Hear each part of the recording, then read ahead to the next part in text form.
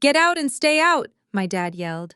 They threw me out for dropping out of law school. They did not know I was worth $82 million.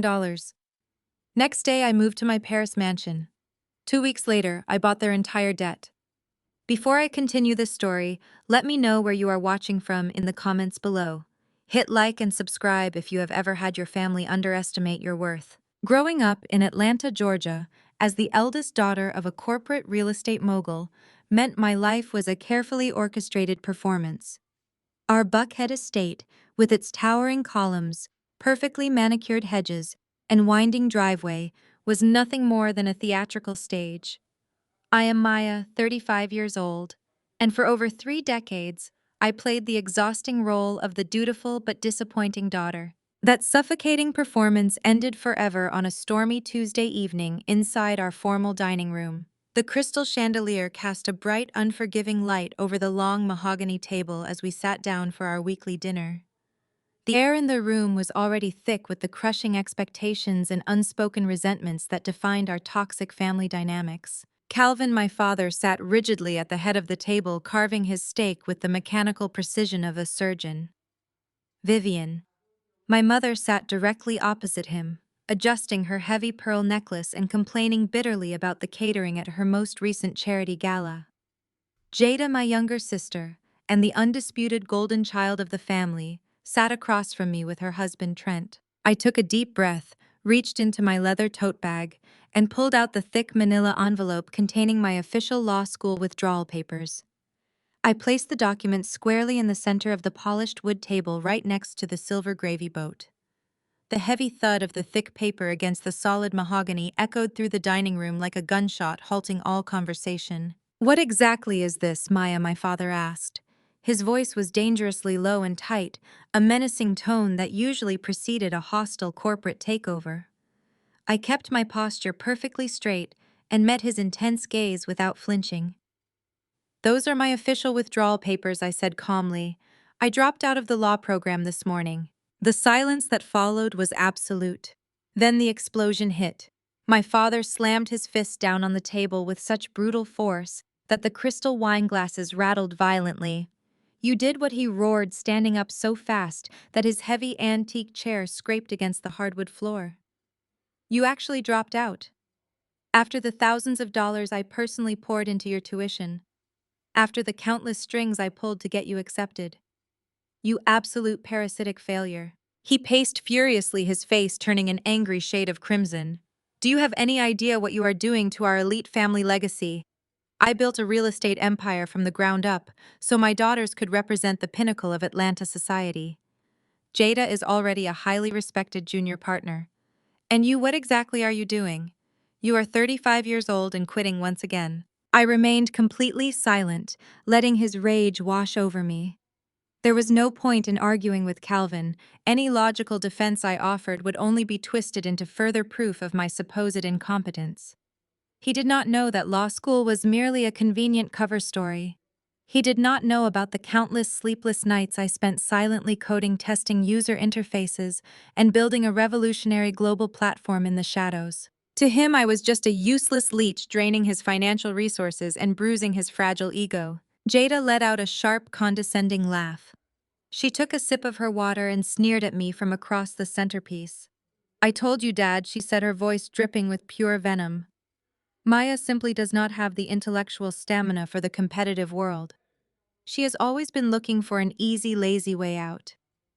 While I was tirelessly studying for the bar exam and closing corporate mergers, she was probably just doodling in her notebooks and daydreaming. It is deeply embarrassing, honestly. Having to explain to the senior partners at my firm why my older sister cannot even manage to finish a basic degree program. I looked at Jada, seeing the bitter, triumphant satisfaction shining in her dark eyes.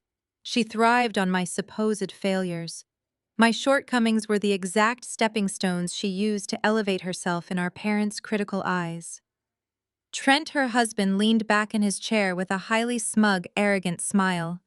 He was a wealthy white investment banker who loved to play the benevolent savior to his struggling African-American sister-in-law. He adjusted the cuffs of his suit and looked at me with insufferable mock pity. "Look, Maya," he said, using that slow, patronizing tone I absolutely despised. We all know rigorous academics are not your strong suit, but you still need to contribute something useful to society. You cannot just live off Calvin and Vivian forever. My uncle runs a mid-sized corporate law firm downtown. They are always looking for reliable administrative help. I could make a call and get you a minimum wage filing job in their mailroom. It is certainly not glamorous, but it would keep you off the streets and give you a necessary sense of routine. Build some actual character. The sheer audacity of his offer was staggering. A mailroom filing job handed out like cheap charity to keep me compliant, silent, and completely dependent. I could easily buy his uncle's entire law firm with the passive interest I earned just last month, but I kept my face impassive. I refused to give them the satisfaction of seeing me react to their insults. My mother. Vivian placed her napkin on her lap and sighed heavily. She touched her diamond necklace, a gesture she always made when she felt her social standing was threatened. Maya, why must you constantly do this to us? She lamented, her dramatic voice echoing through the massive dining room. We go to the exclusive country club, and my influential friends ask about my girls. I can talk for hours about Jada, her brilliant promotions, her beautiful marriage, her flawless future. But when they ask about you, I have to make up elaborate excuses. I have to constantly lie. Do you know exactly how exhausting it is to carry the heavy weight of your constant failures? You refuse to network with the right elite people, and now you are a disgraceful dropout. What respectable man in our social circle will ever want you now? You are actively ruining our pristine reputation. Calvin slammed his hands flat on the table, leaning aggressively toward me with a look of pure disgust. I am completely done, he growled, his voice vibrating with anger. I am completely done subsidizing your pathetic, useless existence. If you are not going to be a successful lawyer, if you are not going to contribute anything meaningful to this family's grand legacy, then you have absolutely no place in this house. Put your keys on the table right now. I stared at him, my expression completely unchanging. What exactly did you say? I asked softly. You heard me, he shouted, his face contorting with rage. The keys to this house and the keys to the family Range Rover. You do not get to sleep comfortably under my roof and drive my expensive cars while dragging my good name through the mud. You have exactly 10 minutes to go upstairs, pack whatever fits in 2 small bags, and get off my property immediately. I want you out, Maya. Get out and stay out. The brutal finality of his harsh words hung heavily in the tense air. Jada smirked triumphantly. Trent looked amused, and Vivian looked away, completely indifferent to the fact that her husband was throwing her eldest daughter out into a thunderstorm. They expected me to beg desperately for their forgiveness, to promise I would immediately re-enroll in my classes and gratefully accept Trent's humiliating mailroom job offer. They desperately wanted me on my knees begging for their conditional toxic love. I simply stood up. I reached into my pocket, pulled out the house key and the car key fob, and placed them gently onto the table. I picked up my leather tote bag containing my laptop, the only thing in this massive house that actually mattered to me. I did not shed a single tear. I did not utter a single word of defense or anger. The time for seeking their approval had passed long ago. I turned around and walked away from the table, my footsteps echoing against the floor.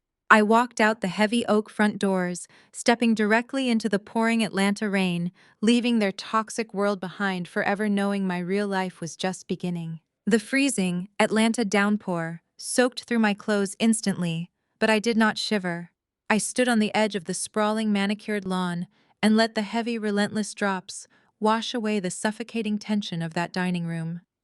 Behind me, the massive oak doors of my parents' estate remained firmly shut. They probably expected me to stand on the porch and beg. They probably thought I was crying, shivering in the cold, realizing how much I needed their toxic charity and conditional love.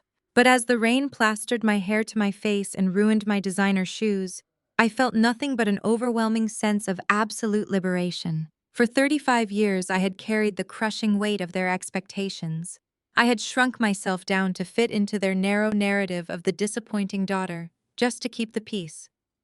I had endured Jada sneering at me, and Trent offering me humiliating mailroom jobs. Not anymore. I adjusted my grip on my leather tote bag, protecting the laptop inside. That machine held the source code to an empire they could not even begin to comprehend. I walked the full half-mile down the winding private driveway. My heels sank into the wet gravel, but my stride was perfectly steady. When I finally reached the towering iron security gates at the end of the property, I did not look back. I stepped onto the dark, wet sidewalk of the main road and reached into the hidden pocket of my tote bag. I bypassed the standard smartphone my father paid for. That was the phone they used to track my location and control my movements. I dropped it directly into a nearby storm drain. Instead, I pulled out a sleek encrypted device. I unlocked the screen and dialed a highly secure international number. It rang exactly twice before a crisp professional voice answered. "Good evening," Maya Malik said. His British accent was clear and calm over the secure line. "I trust the final dinner with your family concluded exactly as expected." Malik was not just my wealth manager. He was my chief financial officer based in Geneva and one of the very few people in the world who knew the absolute truth about my life. "It ended perfectly, Malik," I replied, my voice steady and strong against the loud background noise of the thunder. "The performance is officially over. They played their parts exactly as we predicted. They threw me out and told me to stay out. I need you to prep the jet. It is time to go home." "Consider it done," Malik responded immediately. "The flight crew is already on standby at the private terminal. Your car is 3 minutes away. By the way, the European markets closed incredibly favorably today." Lumiere saw another aggressive spike in user acquisition across the Asian and European sectors. "Your personal net worth officially crossed the $82 million mark this afternoon." I smiled into the dark, rainy night, feeling a surge of pure triumph. "Excellent. Have the legal team begin drafting the initial acquisition frameworks. We are moving to phase 2. Exactly 3 minutes later, a sleek black Maybach pulled smoothly up to the curb, splashing through the puddles. The driver stepped out with a large umbrella shielding me from the fierce storm as he opened the heavy rear door. I sank into the heated leather seats and let out a long, slow breath. As the luxury car sped away from the exclusive Buckhead neighborhood, I thought about my brother-in-law Trent and his arrogant offer of a minimum-wage filing job. I thought about my sister Jada calling me lazy and lacking intellectual stamina. They genuinely believed I was headed to a downtown homeless shelter or a cheap motel. Instead, the Maybach bypassed the chaotic commercial airport entirely and pulled directly onto the restricted tarmac of a private aviation airfield. My Gulfstream G650 stood waiting under the glowing floodlights, its engines already humming with quiet, immense power. The flight attendant greeted me warmly at the top of the stairs, taking my soaking wet coat and offering me a steaming hot towel. I walked into the main cabin, which was a breathtaking sanctuary of cream leather polished walnut and soft ambient lighting. I headed straight for the spacious private suite in the back and changed out of my damp clothes, slipping into custom-tailored silk loungewear. When I returned to the main cabin, a hot meal and a glass of expensive vintage champagne were waiting for me on the pristine table. As the jet climbed smoothly above the turbulent storm clouds leaving Atlanta and my toxic family far behind, I opened my laptop. The screen illuminated the dark cabin, displaying the flawless user interface of Lumiere. For the entire 10-hour flight across the Atlantic Ocean, I did not sleep for a single minute. I reviewed global market analytics, approved high-level wire transfers, and communicated directly with my elite lead developers in London and Tokyo. Lumiere was not just a company. It was a revolutionary artificial intelligence platform that had completely disrupted the global art valuation and auction market. It connected elite billionaire buyers with authenticated masterpieces using proprietary algorithms I had coded myself from scratch. While my parents thought I was failing my basic law school classes, I was actually securing international patents, negotiating with foreign dignitaries, and building a digital monopoly. I had used the crushing pressure of their household as my personal fuel, channeling every insult and every racial microaggression from Trent into lines of flawless code. They wanted a submissive lawyer who could argue over petty corporate contracts. I became a tech titan who owned the entire digital infrastructure. The sun was just beginning to rise over Europe when the jet began its smooth descent into Le Bourget Airport in Paris. The morning sky was a brilliant canvas of pink and gold, completely different from the dark, stormy night I had left behind. Customs clearance was handled discreetly and efficiently on board the aircraft by private officials. Another luxury car was waiting on the tarmac to take me directly into the city center. I watched the elegant historic architecture of Paris roll by, outside the tinted windows, feeling a deep, profound sense of belonging. This was my city. This was the extraordinary life I had built with my own two hands, my own sharp intellect, and my own relentless drive. The car turned into the prestigious 7th arrondissement, gliding down a quiet tree-lined street before pulling to a stop in front of massive wrought iron gates. The gates swung open automatically, revealing a stunning 19th-century limestone mansion. This was not a family inheritance or a property bought with Calvin's dirty real estate money. I had purchased this $82 million estate entirely in cash through a blind trust 2 years ago. The tires crunched softly over the immaculate gravel courtyard as we pulled up to the grand entrance. My estate manager, a distinguished older gentleman named Henri, stood waiting patiently on the top step. "Welcome home," Madame Henri said with a warm, respectful bow as I stepped out of the car into the crisp morning air. "Your office has been prepared exactly as requested, and the secure teleconference lines are fully operational." I handed him my travel bag and walked through the heavy gilded doors into the breathtaking marble foyer. The soaring ceilings and sweeping grand staircase were bathed in beautiful natural light, reflecting off the crystal chandeliers. I walked directly into my massive home office, where a wall-sized digital monitor displayed the real-time global operations of Lumiere. The revenue numbers were climbing rapidly, blinking in bright green across the massive screen.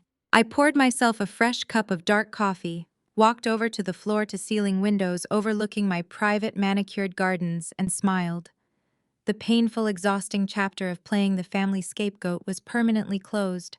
I had the power, I had the capital, and I had the ultimate strategic advantage. My father wanted to throw me out into the rain to teach me a lesson about survival. It was time to show him exactly what happens when you underestimate a woman who controls her own empire. Phase 2 was officially in motion, and they had absolutely no idea what was coming for them. The morning sun poured through the massive floor-to-ceiling windows of my home office, bathing the antique Persian rugs in a warm golden light. My estate manager, Henri, had already placed a steaming cup of dark espresso on my desk, exactly the way I liked it.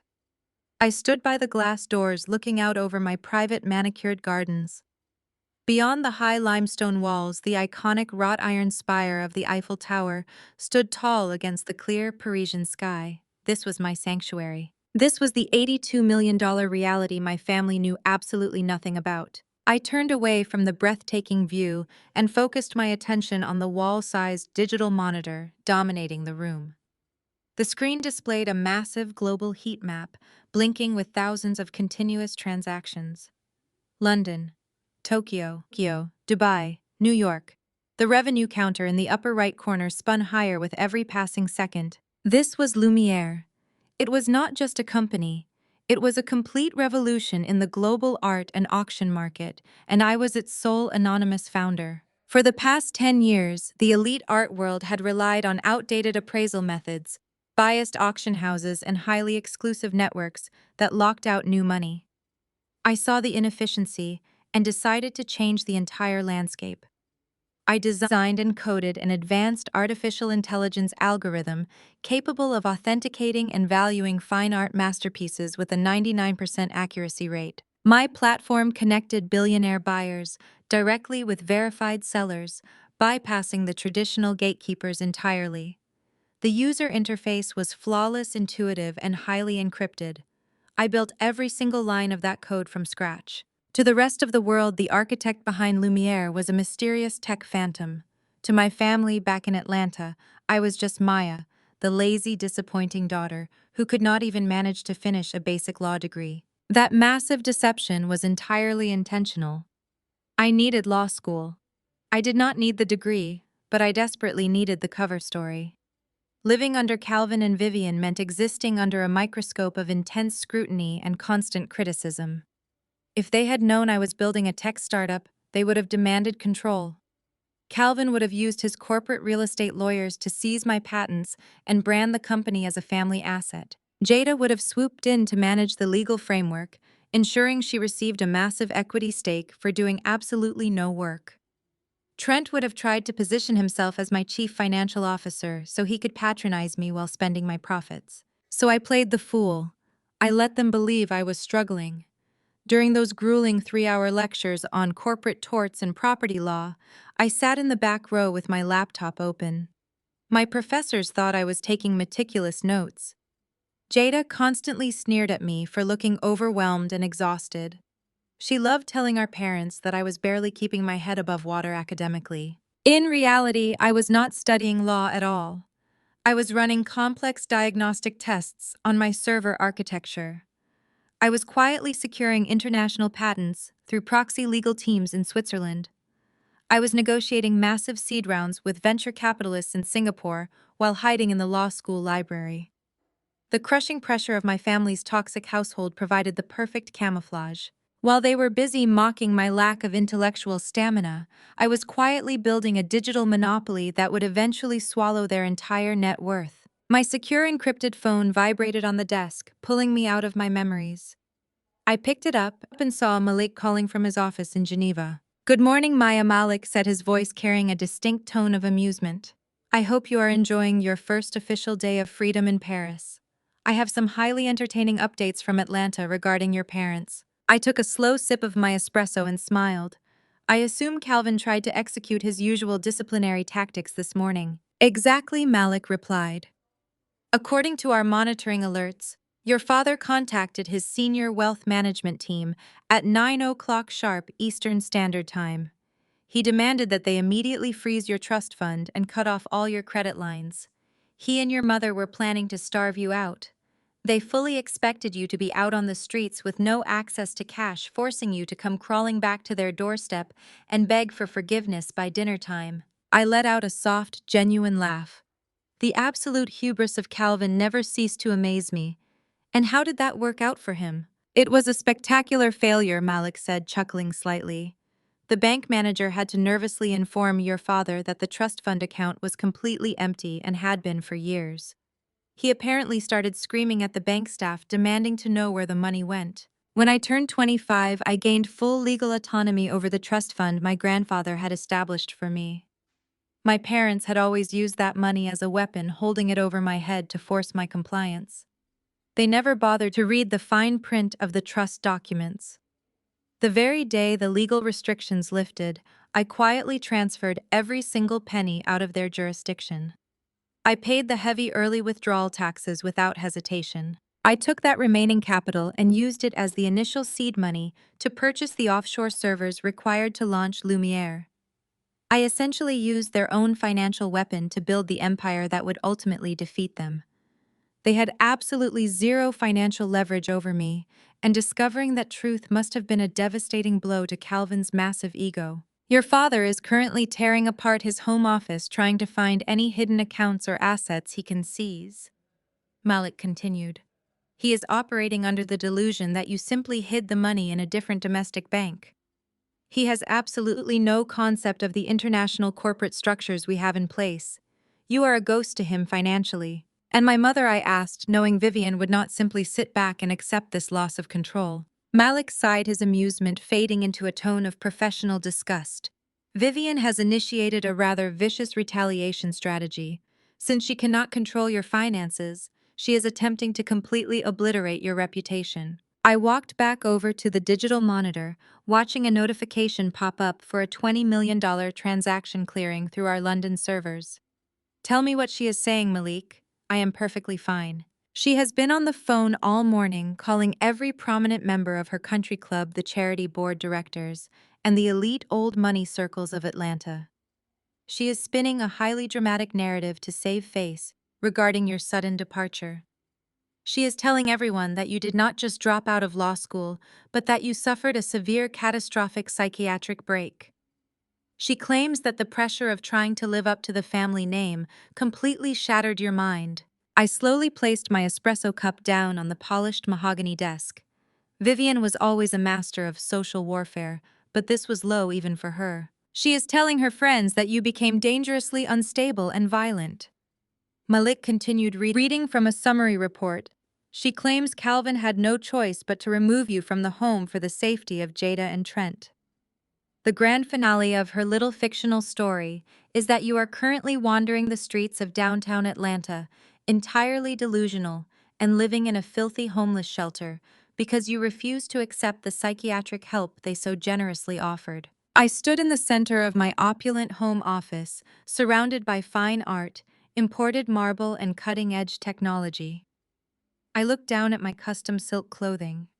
I thought about the sleek private jet resting on the tarmac at Le Bourget Airport and the $82 million limestone walls protecting me. Vivian was actively crying fake tears to her wealthy friends, pretending her eldest daughter had lost her mind and was sleeping on a piece of cardboard in a dark alleyway. She was weaponizing mental health to paint herself as a tragic martyr, while ensuring that my social standing in Atlanta was permanently destroyed. She wanted to make absolutely sure that no respectable firm would ever hire me, and no decent person would ever associate with me again. She was trying to bury me alive. "Let her talk," I said, my voice dropping to a calm, cold whisper. "Let Vivian spin her pathetic little lies to her country club friends. Let them whisper about the crazy, disgraced daughter.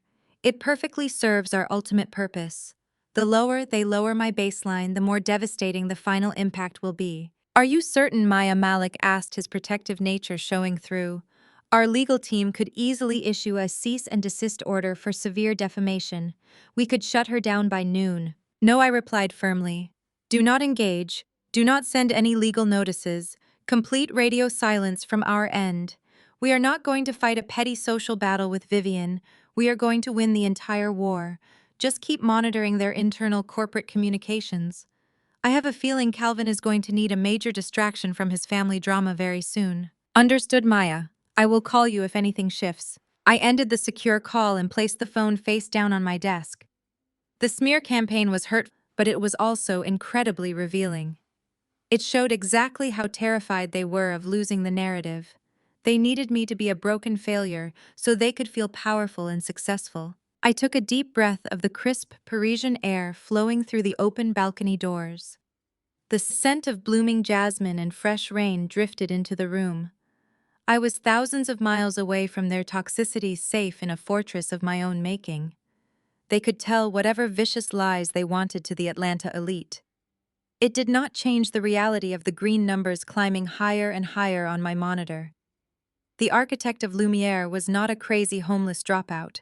She was a billionaire who was just getting started. The morning light streaming through the floor-to-ceiling windows of my home office bathed the antique Persian rugs in a warm golden glow. Henri had already placed a steaming cup of dark espresso on my desk, exactly the way I liked it. I stood by the glass doors looking out over my private manicured gardens. Beyond the high limestone walls, the iconic wrought iron spire of the Eiffel Tower stood tall against the clear Parisian sky. This was my sanctuary. This was the $82 million reality my family knew absolutely nothing about. I turned away from the breathtaking view and focused my attention on the wall-sized digital monitor dominating the room. The screen displayed a massive global heat map, blinking with thousands of continuous transactions. London, Tokyo, Dubai, New York. The revenue counter in the upper right corner spun higher with every passing second. This was Lumiere. It was not just a company. It was a complete revolution in the global art and auction market, and I was its sole anonymous founder. For the past 10 years, the elite art world had relied on outdated appraisal methods, biased auction houses, and highly exclusive networks that locked out new money. I saw the inefficiency and decided to change the entire landscape. I designed and coded an advanced artificial intelligence algorithm capable of authenticating and valuing fine art masterpieces with a 99% accuracy rate. My platform connected billionaire buyers directly with verified sellers, bypassing the traditional gatekeepers entirely. The user interface was flawless, intuitive, and highly encrypted. I built every single line of that code from scratch. To the rest of the world, the architect behind Lumiere was a mysterious tech phantom. To my family back in Atlanta, I was just Maya, the lazy, disappointing daughter who could not even manage to finish a basic law degree. That massive deception was entirely intentional. I needed law school. I did not need the degree, but I desperately needed the cover story. Living under Calvin and Vivian meant existing under a microscope of intense scrutiny and constant criticism. If they had known I was building a tech startup, they would have demanded absolute control. Calvin would have used his corporate real estate lawyers to seize my patents and brand the company as a family asset. Jada would have swooped in to manage the legal framework, ensuring she received a massive equity stake for doing absolutely no work. Trent would have tried to position himself as my chief financial officer so he could patronize me while spending my profits. So I played the fool. I let them believe I was struggling. During those grueling 3-hour lectures on corporate torts and property law, I sat in the back row with my laptop open. My professors thought I was taking meticulous notes. Jada constantly sneered at me for looking overwhelmed and exhausted. She loved telling our parents that I was barely keeping my head above water academically. In reality, I was not studying law at all. I was running complex diagnostic tests on my server architecture. I was quietly securing international patents through proxy legal teams in Switzerland. I was negotiating massive seed rounds with venture capitalists in Singapore while hiding in the law school library. The crushing pressure of my family's toxic household provided the perfect camouflage. While they were busy mocking my lack of intellectual stamina, I was quietly building a digital monopoly that would eventually swallow their entire net worth. My secure encrypted phone vibrated on the desk, pulling me out of my memories. I picked it up and saw Malik calling from his office in Geneva. "Good morning, Maya." Malik said, his voice carrying a distinct tone of amusement. "I hope you are enjoying your first official day of freedom in Paris. I have some highly entertaining updates from Atlanta regarding your parents." I took a slow sip of my espresso and smiled. I assume Calvin tried to execute his usual disciplinary tactics this morning. "Exactly," Malik replied. "According to our monitoring alerts, your father contacted his senior wealth management team at 9 o'clock sharp Eastern Standard Time. He demanded that they immediately freeze your trust fund and cut off all your credit lines. He and your mother were planning to starve you out. They fully expected you to be out on the streets with no access to cash, forcing you to come crawling back to their doorstep and beg for forgiveness by dinner time." I let out a soft, genuine laugh.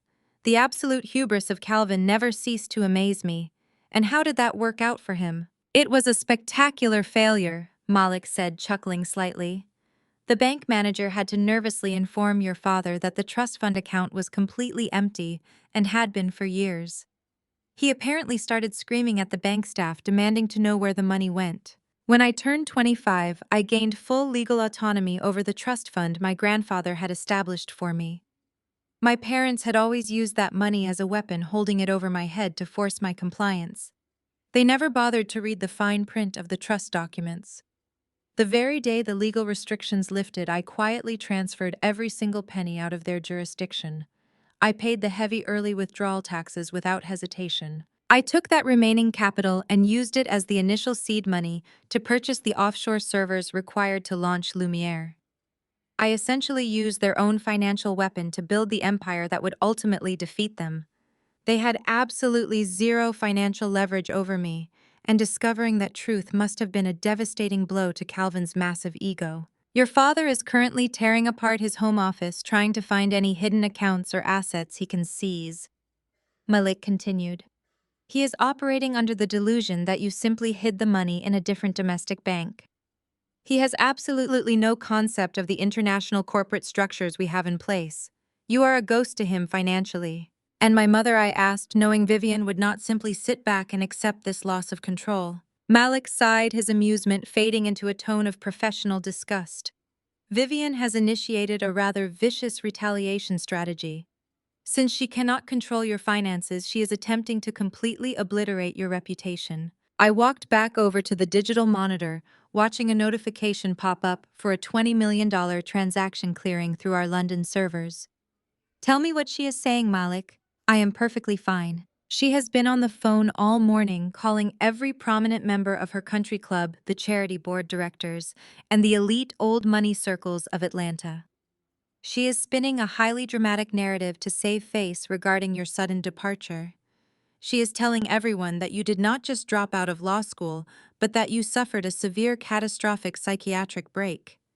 She claims that the pressure of trying to live up to the family name completely shattered your mind. I slowly placed my espresso cup down on the polished mahogany desk. Vivian was always a master of social warfare, but this was low even for her. She is telling her friends that you became dangerously unstable and violent. Malik continued reading from a summary report. She claims Calvin had no choice but to remove you from the home for the safety of Jada and Trent. The grand finale of her little fictional story is that you are currently wandering the streets of downtown Atlanta, entirely delusional, and living in a filthy homeless shelter because you refuse to accept the psychiatric help they so generously offered. I stood in the center of my opulent home office, surrounded by fine art, imported marble, and cutting-edge technology. I looked down at my custom silk clothing. I thought about the sleek private jet resting on the tarmac at Le Bourget Airport and the $82 million limestone walls protecting me. Vivian was actively crying fake tears to her wealthy friends, pretending her eldest daughter had lost her mind and was sleeping on a piece of cardboard in a dark alleyway. She was weaponizing mental health to paint herself as a tragic martyr, while ensuring that my social standing in Atlanta was permanently destroyed. She wanted to make absolutely sure that no respectable firm would ever hire me, and no decent person would ever associate with me again. She was trying to bury me alive. Let her talk, I said, my voice dropping to a calm, cold whisper. Let Vivian spin her pathetic little lies to her country club friends. Let them whisper about the crazy, disgraced daughter. It perfectly serves our ultimate purpose. The lower they lower my baseline, the more devastating the final impact will be. Are you certain? Malik asked, his protective nature showing through. Our legal team could easily issue a cease and desist order for severe defamation. We could shut her down by noon. No, I replied firmly. Do not engage. Do not send any legal notices. Complete radio silence from our end.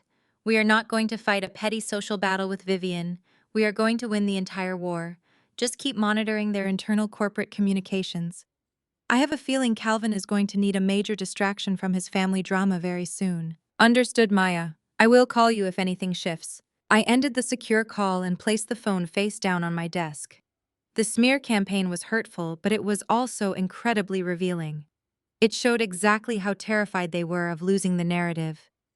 They needed me to be a broken failure so they could feel powerful and successful. I took a deep breath of the crisp Parisian air flowing through the open balcony doors. The scent of blooming jasmine and fresh rain drifted into the room. I was thousands of miles away from their toxicity, safe in a fortress of my own making. They could tell whatever vicious lies they wanted to the Atlanta elite. It did not change the reality of the green numbers climbing higher and higher on my monitor. The architect of Lumiere was not a crazy homeless dropout. She was a billionaire who was just getting started. 2 weeks later, my private jet touched down on the familiar tarmac in Atlanta. I stepped off the aircraft wearing dark sunglasses and a tailored designer suit, feeling a different energy than the night I left. I was not the disgracer creeping back to beg for a second chance. I was the apex predator returning to close a trap perfectly set.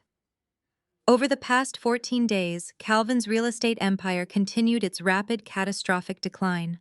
My father was bleeding millions. Desperation makes arrogant men careless, and Calvin was drowning. To avoid complete financial ruin and bankruptcy, he pitched a massive buyout proposal to a European tech conglomerate.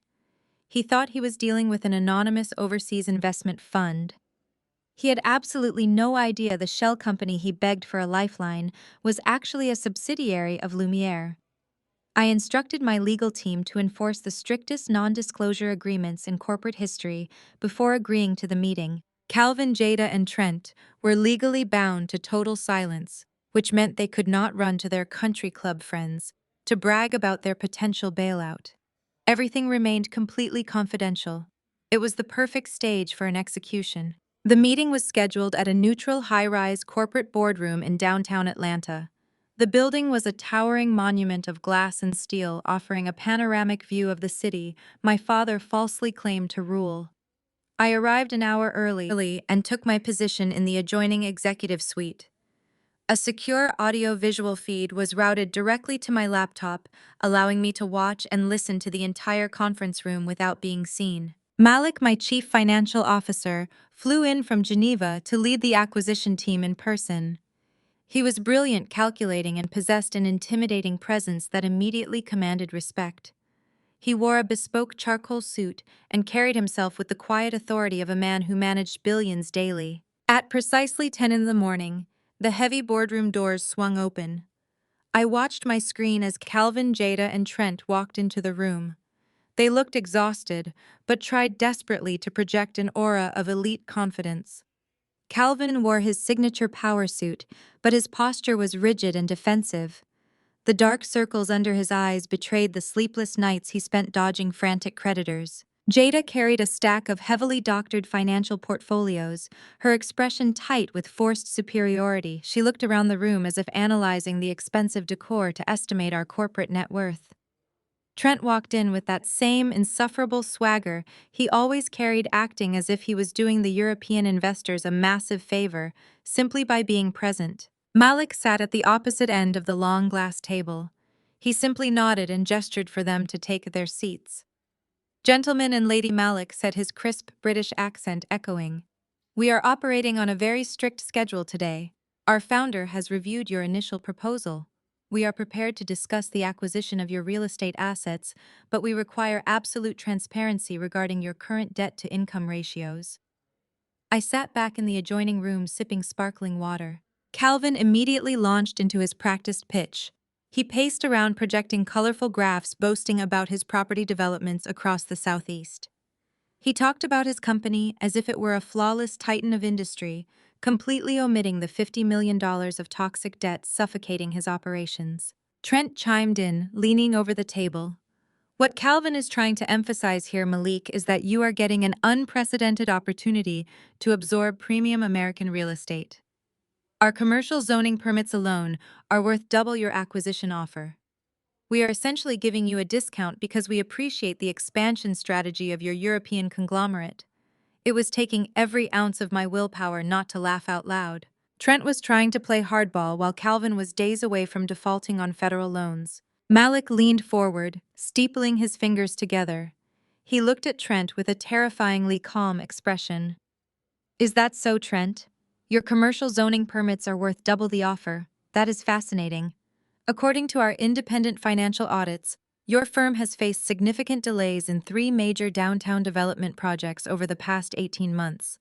Delays that cost your firm upwards of $12 million in penalty fees. How exactly did you suddenly expedite the commercial zoning permits for those specific delayed properties last quarter?"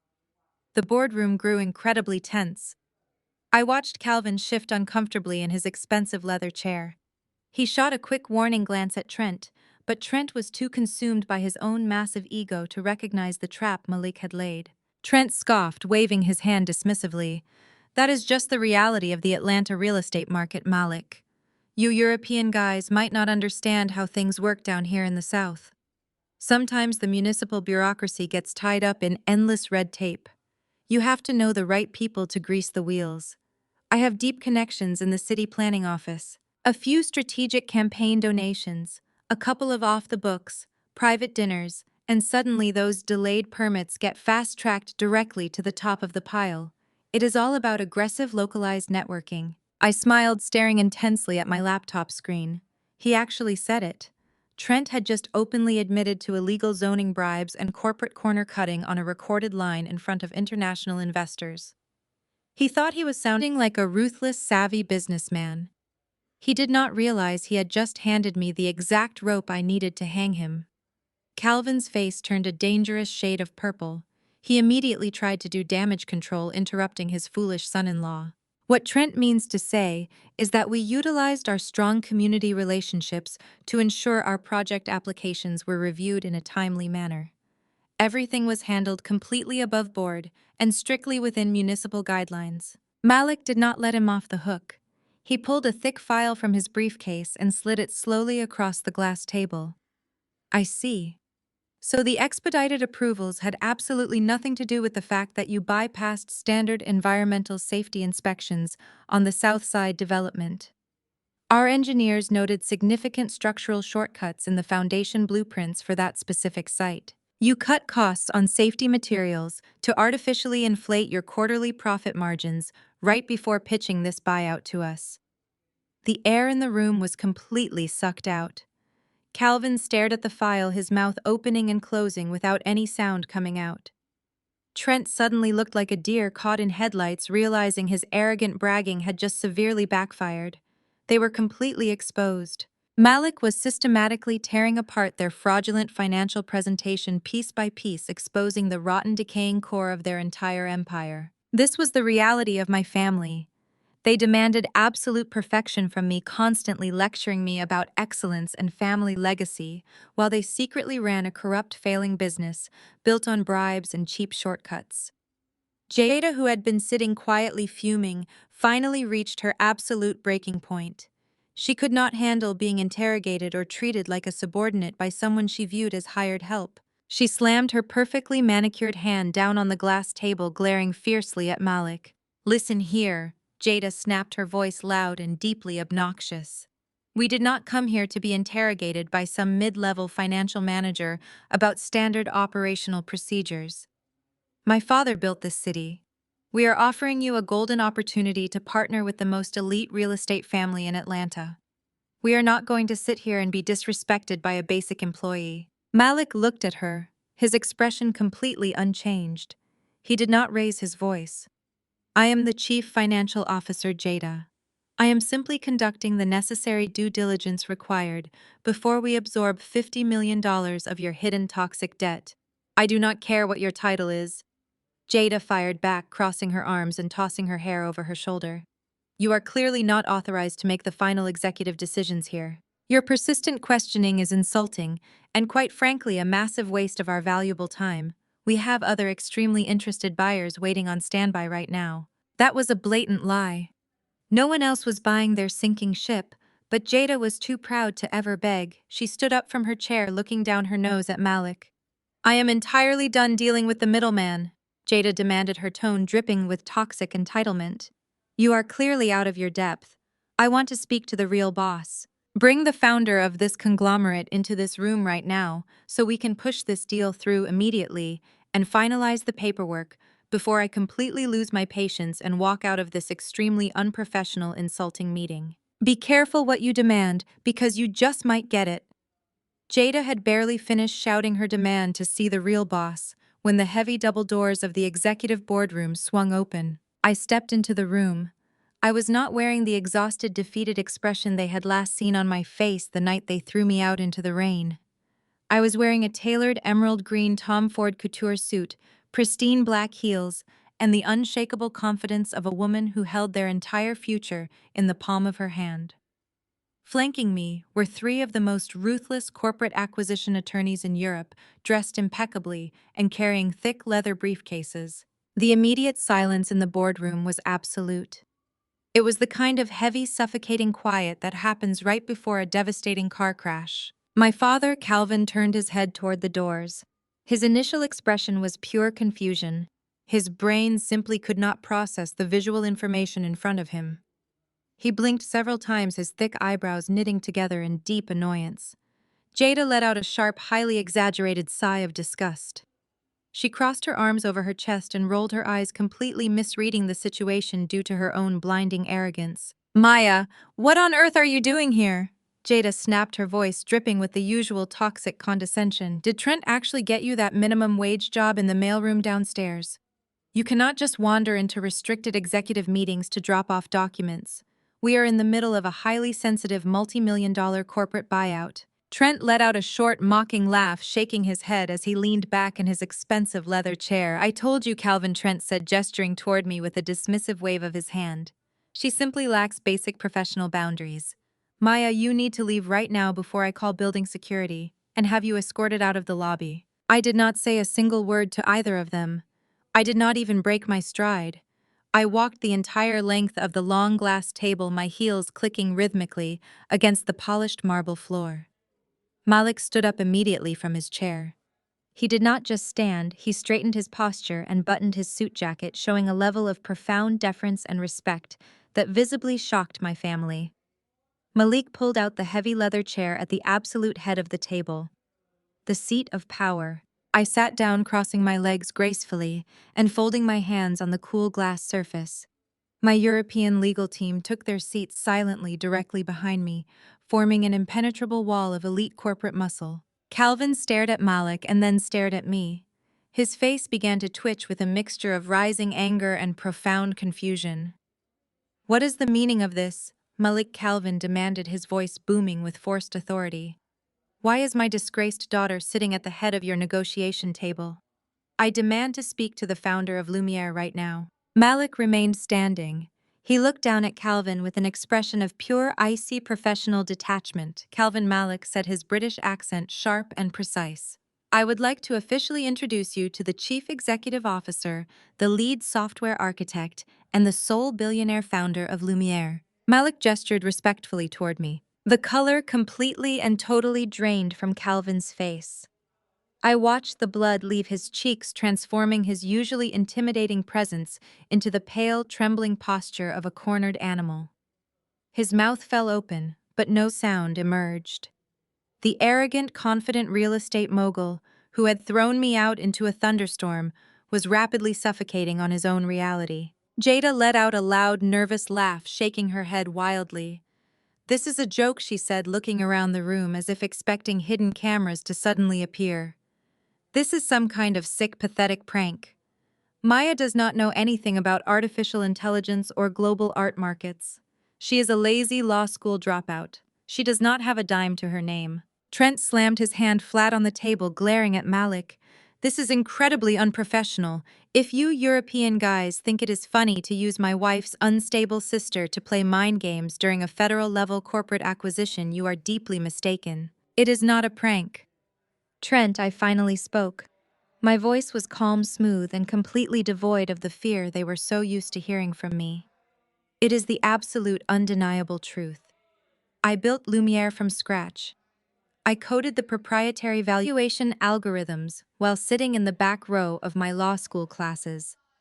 I secured the international software patents while you two were busy mocking my intelligence at family dinners." Calvin's hands began to shake visibly where they rested on the glass table.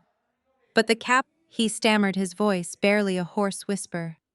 "A global platform requires massive initial capital. You had absolutely nothing. We cut off your credit cards, we froze your accounts." "You tried to freeze my accounts, Dad."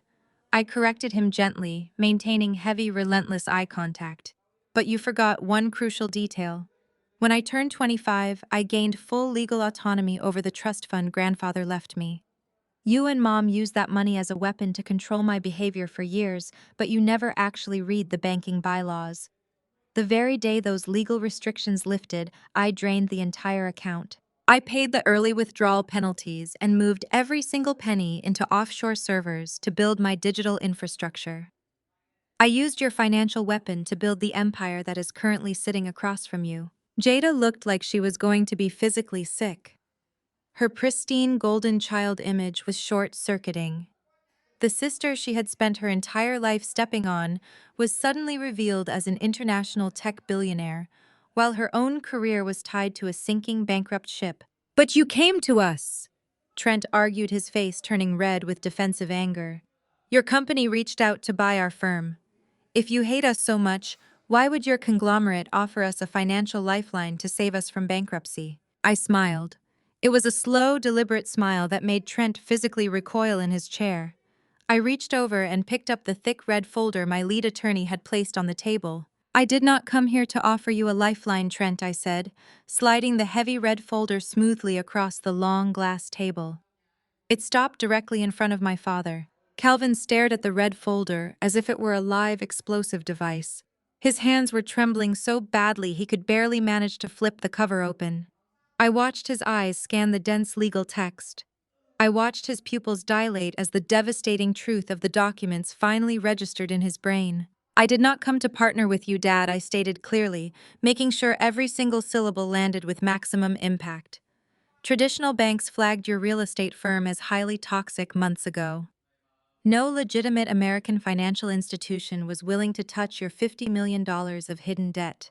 So your creditors quietly put your primary debt obligations up for private auction at a steep loss, just to cut their ties with you. Calvin looked up from the folder, his eyes wide with absolute terror. I bought it, I said, my voice echoing in the quiet boardroom. I purchased your primary debt for pennies on the dollar through my proxy shell companies. I do not want an equity partnership. I am your supreme creditor. If you miss a single payment, which these audited files prove you absolutely will, I have the unilateral legal authority to liquidate your entire corporate portfolio. I own your properties. I own your high-rise developments. I own your firm. The silence that followed was suffocating. I had not just defeated them, I had completely dismantled the very foundation of their elite identity. I had taken the precious family legacy they loved to rub in my face and placed it squarely in my own pocket. Jada buried her face in her hands, letting out a quiet, muffled sob of pure humiliation. Calvin slumped back in his chair, looking completely hollowed out. An old, defeated man who had just realized his decades of ruthless arrogance had finally caught up to him. But Trent could not handle it. Trent was a man who had built his entire identity on the illusion of his own racial and gendered superiority. The idea that a black woman, the same black woman he had just mockingly offered a minimum wage, mailroom job, now held absolute total power over his career, his wealth, and his future was simply too much for his fragile ego to process. "You manipulative lying witch!" Trent screamed, his face contorting into a mask of pure, unhinged rage. He lost his mind completely. Trent lunged across the wide glass table, his hands reaching aggressively toward my throat. He did not make it past the center of the table. As he threw his weight forward, his knee caught the edge of the large silver refreshment tray. A dozen crystal glasses shattered violently against the marble floor, sending ice water splashing everywhere. Before Trent could even process the loud crash, the heavy boardroom doors burst open. The private security detail I had stationed in the hallway rushed in with terrifying speed and precision.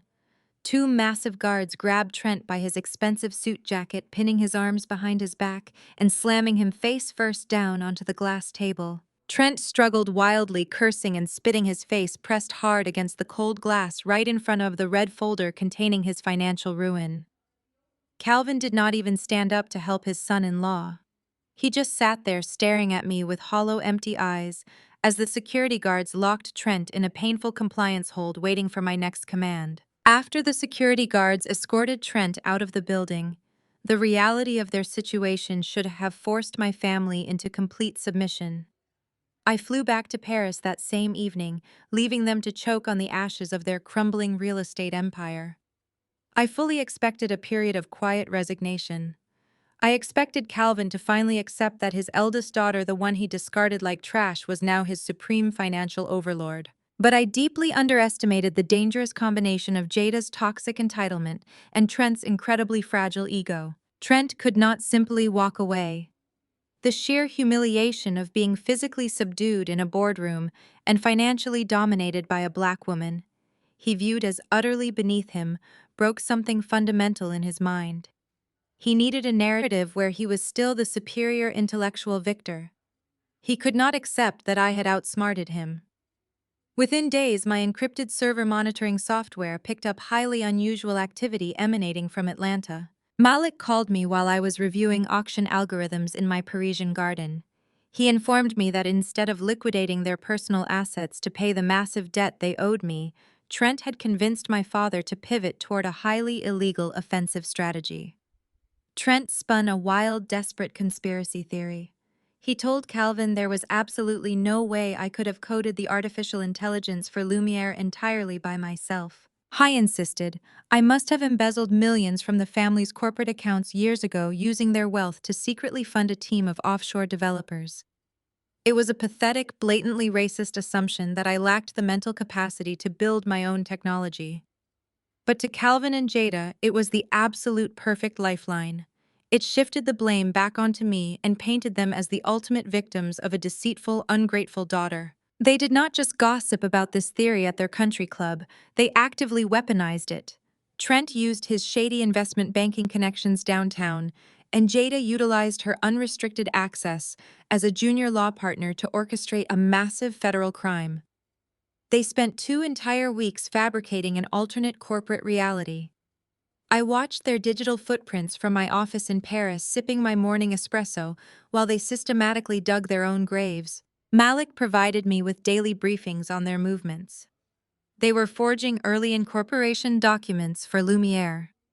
They backdated digital wire transfers and manipulated old financial ledgers from Calvin's real estate firm to make it look like my father had provided the initial seed money for my startup.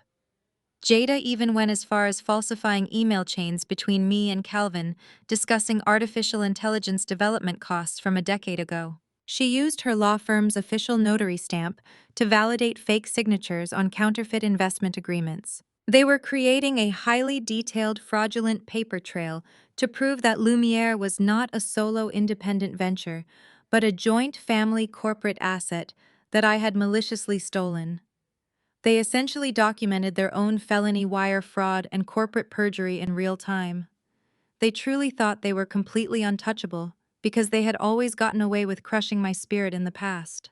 They believed I was still that quiet, submissive girl who would eventually fold under the weight of their aggressive intimidation. The sheer audacity of their crime was breathtaking. They were risking decades in federal prison just to avoid swallowing their pride and admitting I had won. Jada was willing to throw away her entire legal career to help her husband stroke his bruised ego. Calvin was so blinded by his obsession with family legacy and wealth that he blindly signed off on counterfeit bank records without a second thought. They were like a group of desperate gamblers betting their very freedom on a losing hand. I did not intervene. I did not send my legal team to stop them. When your enemies are busy making fatal mistakes, the best strategy is to sit back and let them finish. I wanted them to feel confident. I wanted them to build their fraudulent case so high that the inevitable collapse would completely shatter them. I spent my days walking through the Louvre Museum and enjoying quiet dinners with genuine friends while my family worked around the clock to commit federal perjury. I knew exactly what they were planning before their lawyers even hit send. The official strike came on a rainy Tuesday morning. Malik walked into my home office holding a thick stack of legal demands that had just been served to our corporate headquarters in Geneva. His expression was a mixture of professional disgust and genuine amusement. Trent and Jada had officially filed a fraudulent federal injunction in the United States, attempting to freeze my entire global network of assets. Attached to the injunction was a vile blackmail letter masked as a corporate settlement offer. The language in the document was aggressive and incredibly patronizing, clearly drafted by Trent himself. They outlined their fabricated evidence, claiming they had undeniable proof that Calvin was the true financial architect behind Lumiere. They threatened to drag the Lumiere brand through a highly publicized, messy mudslinging lawsuit in the American press. They knew that in the elite high-stakes art world, reputation and discretion were everything. They thought the mere threat of a scandalous public trial would send me into a total panic. The final paragraph of their demand letter was the most insulting. They promised to destroy my personal reputation and tie my digital platform up in endless litigation for a decade. They threatened to expose me as a fraud and a thief to all my international investors. They stated they would only drop the fraudulent lawsuit and release the injunction on one very specific condition. I had to immediately surrender 50% of my total company equity and hand over full executive control of all United States operations directly to Trent and Jada. I slowly placed the heavy stack of legal documents down on my polished mahogany desk. I read the finals paragraph again, absorbing the sheer magnitude of their delusion. They honestly believed they could bully a self-made billionaire into handing over half her empire just by waving fake papers in the air. They were trying to steal the company I bled for the code I wrote during those sleepless nights when they were busy telling me I was worthless. Malik stood by the window looking out at the Parisian skyline. "What are your orders, Maya?" he asked, his voice calm, but layered with protective anger. "Our legal team is ready to instantly invalidate this injunction. We can have their fraudulent claims dismissed by a federal judge before the American markets even open." We have the digital metadata proving every single document they submitted was created within the last 14 days. We can crush them immediately. I shook my head, leaning back in my chair. No, Malik. If we crush them immediately in a private courtroom, they will just spin another lie. They will run back to their elite social circles in Atlanta and claim they were the victims of a corrupt legal system. They will tell everyone that I used my billions to silence them. They need to believe they have the upper hand. They need to feel the intoxicating rush of victory before I pull the ground out from under them. I picked up my encrypted phone, tapping my fingernail against the screen. Their entire strategy relies on the assumption that I am terrified of a public scandal. They think I will quietly surrender half my company just to avoid a press. They think I am still the scapegoat who will take the blame to keep the peace. I looked at the fraudulent injunction freezing my assets. It was a bold, aggressive move that would have destroyed an ordinary startup. But Lumiere was not an ordinary startup, and I was no longer an ordinary woman. I had insulated my personal wealth through offshore trusts that their American injunctions could not even scratch. The freeze only affected a decoy operational account I had specifically left exposed for them to find. Let the injunction stand for now, I instructed Malik. Let them think they have successfully frozen our operations. I want Trent to feel incredibly powerful. I want Jada to think she has finally beaten me. When people like them feel victorious, they become sloppy. They start talking, and when they start talking, they hand you everything you need to destroy them. Malik smiled a sharp, predatory smile. You are going to let them walk right into their own trap. Exactly, I replied. They want to play a high-stakes game of extortion. Let us give them exactly what they asked for. They filed a fraudulent injunction to freeze my global assets, threatening to drag my brand through a muddy public lawsuit if I do not surrender 50% of the company to them. I will play their petty game until the very last second. It is time to show them exactly how a real boss negotiates a settlement. I gave a slight nod to the security detail. The massive guards hauled Trent up by his expensive collar, dragging him out of the executive boardroom while he kicked and screamed like a petulant child. I packed up my heavy red folder, straightened my tailored emerald green suit, and flew back to Paris that very same evening. I left Calvin and Jada sitting in stunned, terrified silence, surrounded by shattered crystal and the undeniable reality of their complete financial ruin. I fully expected a long period of quiet, desperate resignation.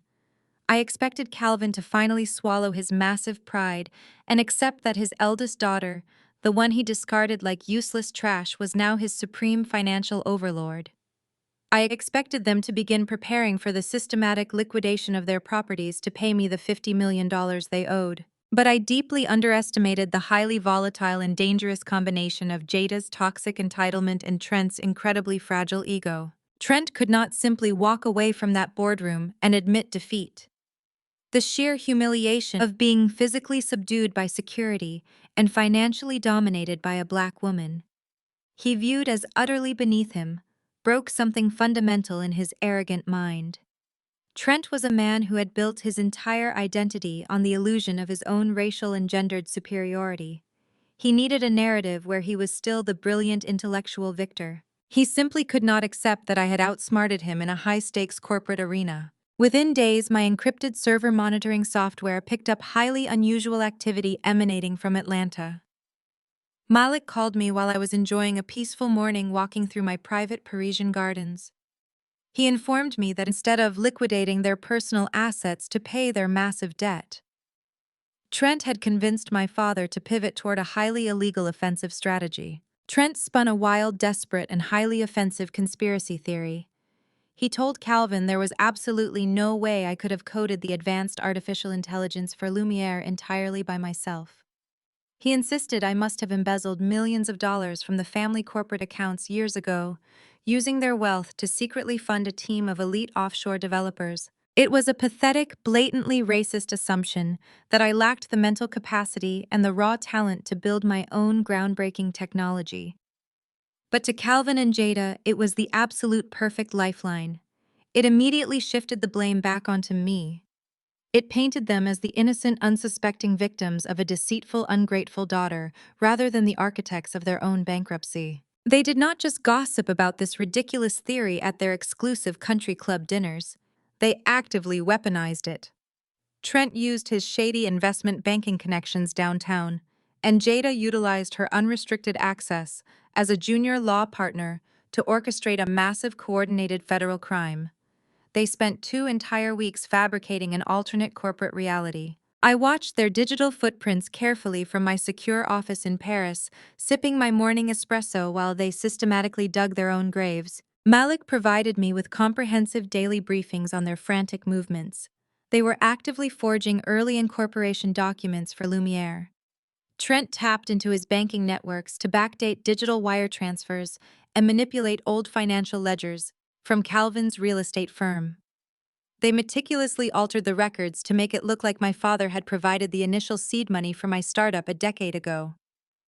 Jada took it a step further. She stayed late at her law firm, using their secure servers to falsify email chains between me and Calvin discussing artificial intelligence development costs.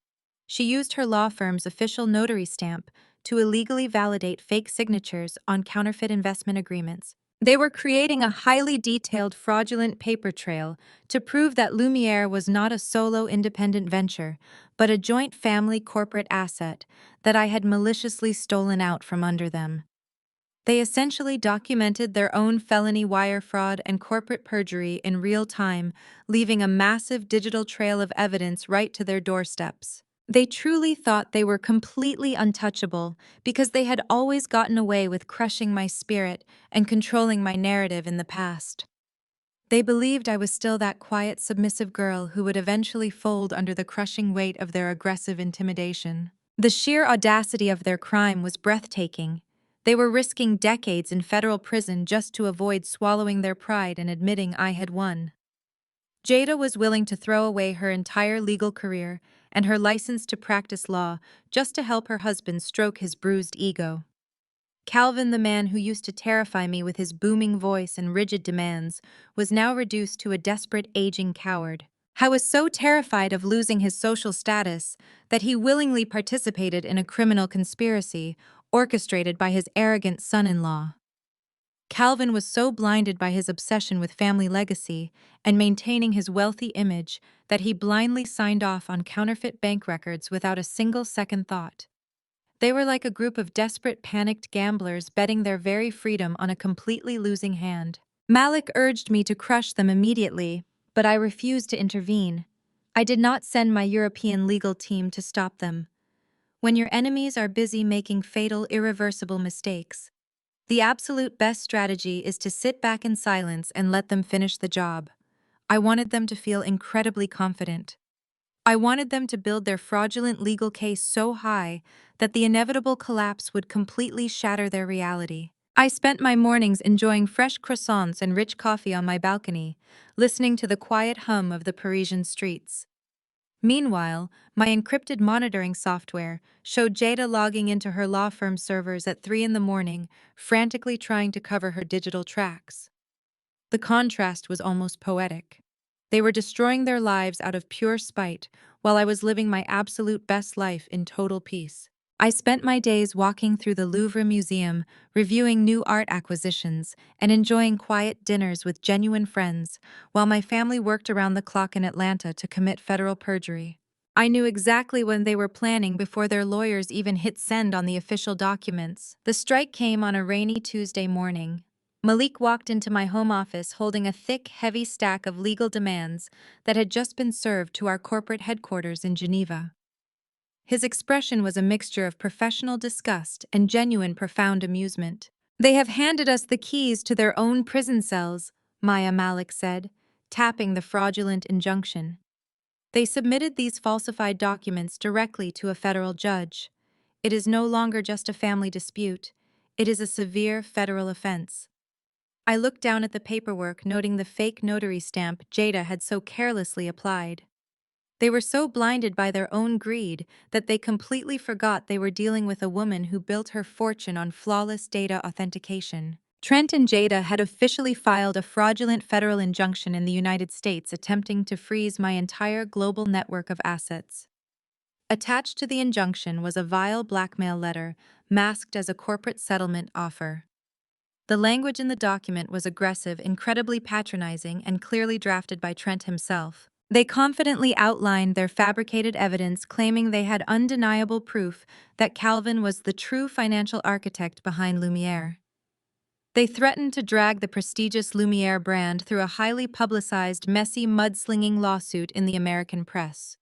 They knew that in the elite high-stakes art world, reputation, trust, and absolute discretion were everything. They thought the mere threat of a scandalous public family trial would send me into a total panic and cause my international investors to flee. Trent even went as far as explicitly threatening my standing as a black female tech founder. He insinuated that the media would love a story about a diversity darling who turned out to be nothing more than a common family thief.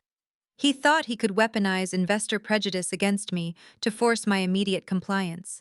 The final paragraph of their demand letter was the most insulting and delusional piece of text I had ever read in my life. They promised to completely destroy my personal reputation and tie my digital platform up in endless expensive litigation for a decade.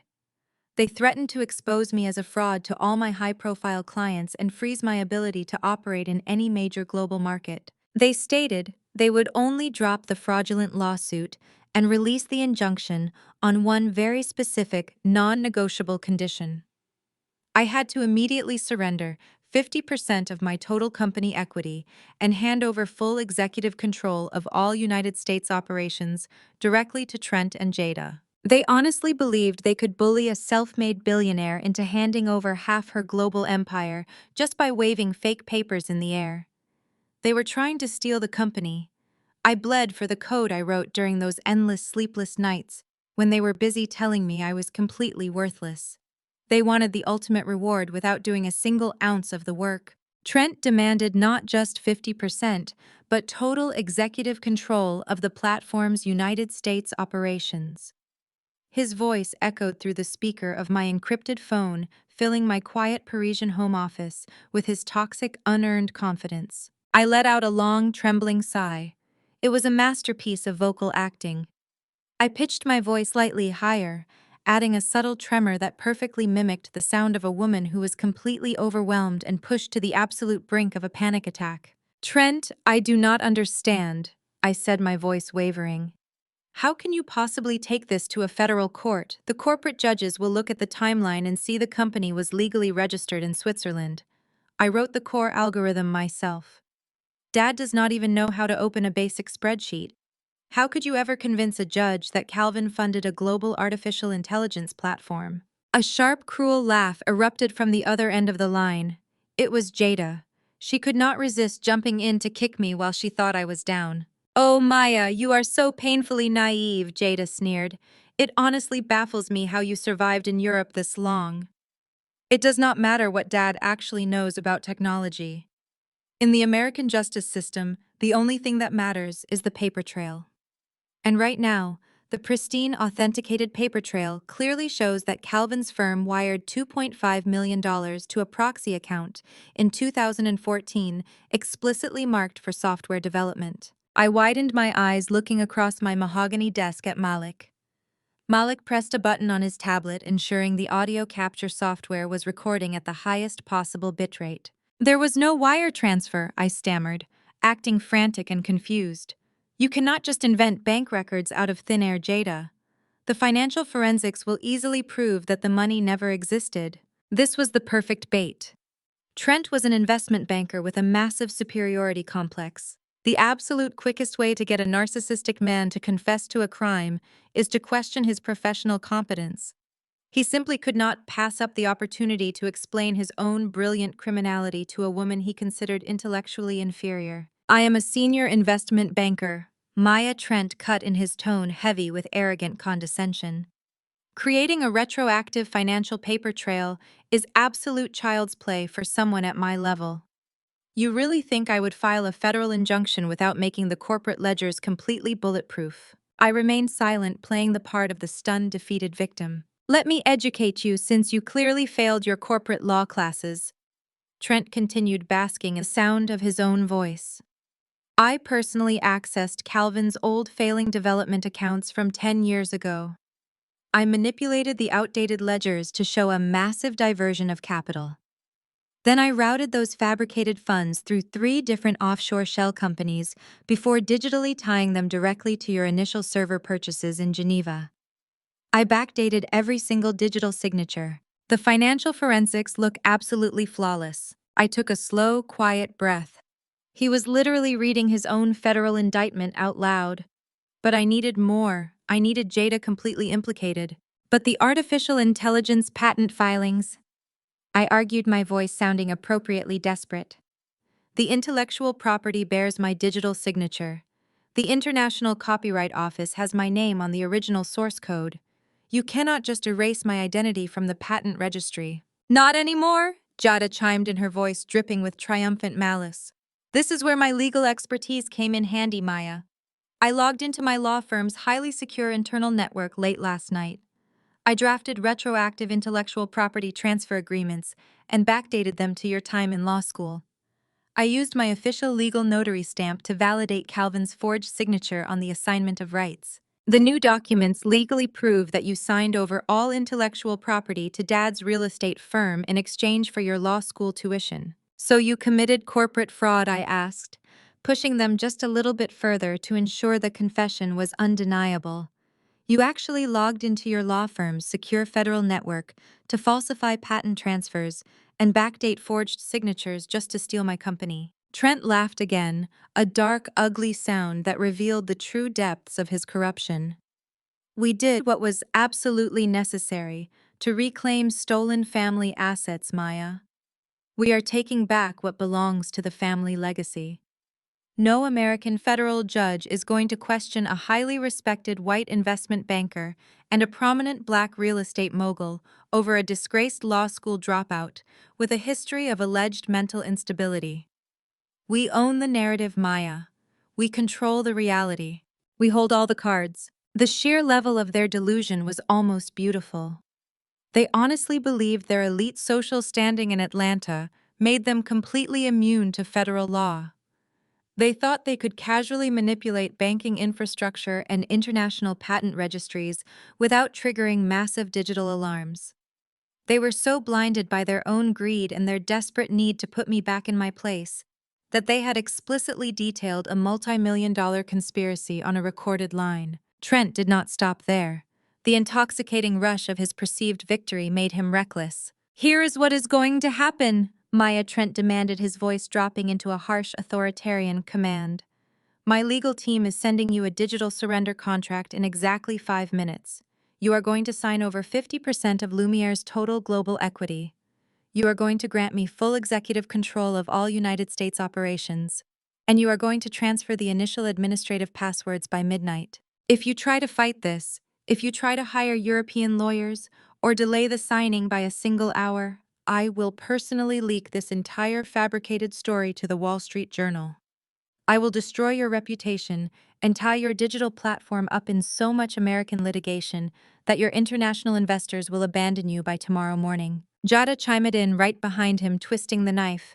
"Just sign the papers, Maya. It is the only way you get to keep half of your little company. Consider it a generosity on our part. You were always too weak to run a real empire anyway. Let the adults handle the business from here on out." I sat back in my plush leather chair. The storm had passed. The trap had snapped shut with bone-crushing precision. I looked out the massive windows of my Parisian mansion, watching the soft morning light hit the Eiffel Tower. I had spent 35 years listening to these people tell me I was stupid, lazy, and unworthy. I had endured their insults, their financial abuse, and their relentless smear campaigns. But this moment right now was the exact turning point of my entire existence. I let a long, heavy silence hang on the line. I let it stretch out for 10 seconds, then 20. I wanted the silence to become uncomfortable. I wanted them to feel the sudden absence of my fear. Maya, Trent snapped, his patience wearing thin. "Did you hear me? I said you have until midnight to sign the surrender documents.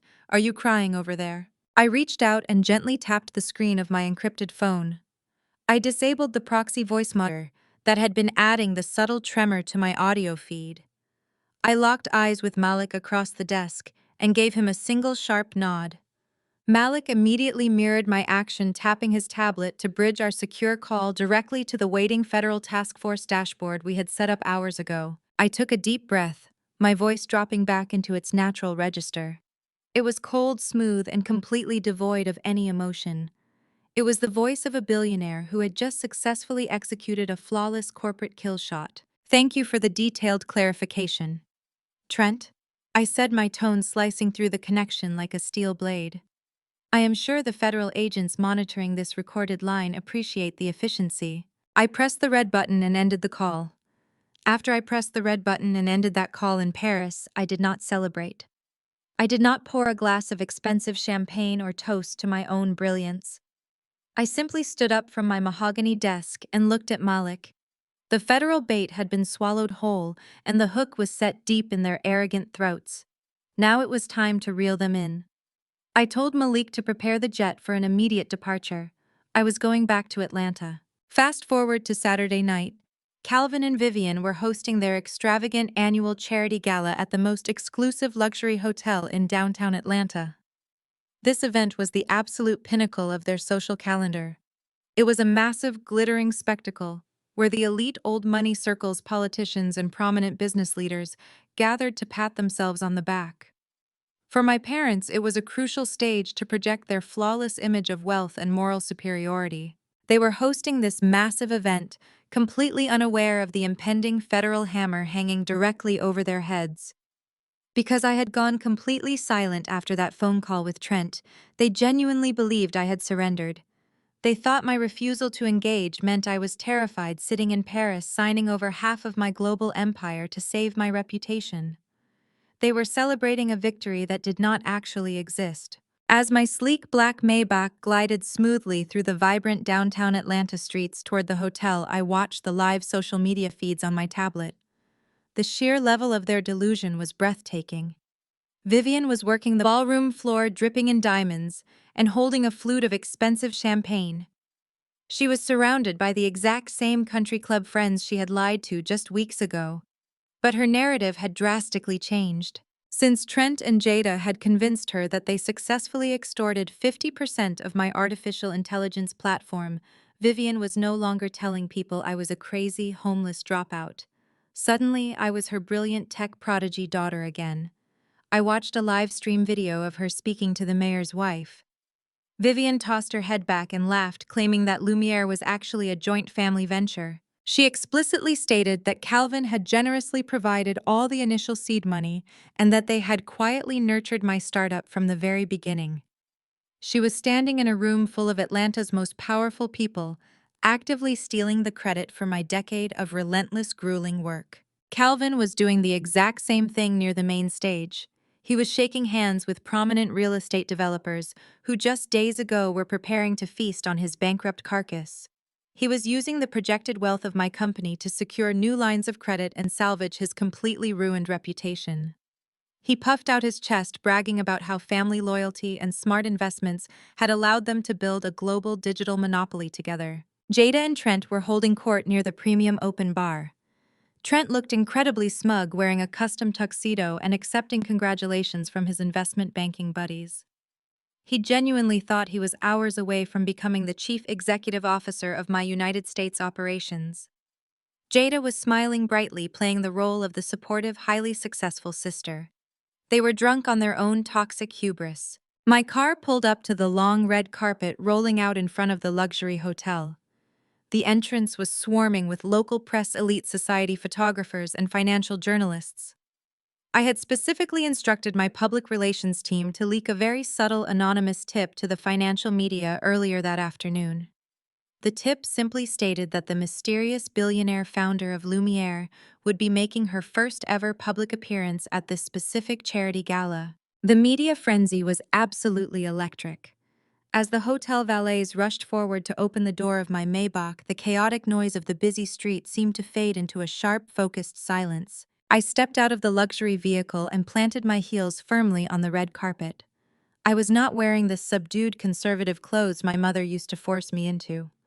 I was wearing a breathtaking, custom-tailored, stark white couture gown that contrasted perfectly against the dark night and the flashing cameras. I wore a single stunning emerald necklace that cost more than Calvin's entire remaining real estate portfolio. I looked exactly like what I was. A self-made billionaire who owned every single room she walked into. The moment my designer heels hit the red carpet, the press completely erupted. Dozens of camera flashes went off in a blinding rapid-fire sequence illuminating the night. Reporters began shouting my name, clamoring for a statement about the global success of my platform. I did not stop to answer their frantic questions. I maintained a cool, impenetrable expression and walked with absolute purpose toward the grand ballroom doors. My elite private security detail moved flawlessly around me, parting the sea of reporters and curious onlookers with polite but firm physical authority. When I reached the entrance to the main ballroom, the heavy gilded doors were pulled open by the hotel staff. I stepped inside and the atmosphere shifted instantly. It started as a subtle ripple near the entrance and quickly turned into a massive tidal wave of whispers spreading across the enormous room. 500 of Atlanta's most influential and wealthy citizens turned their heads to look at me.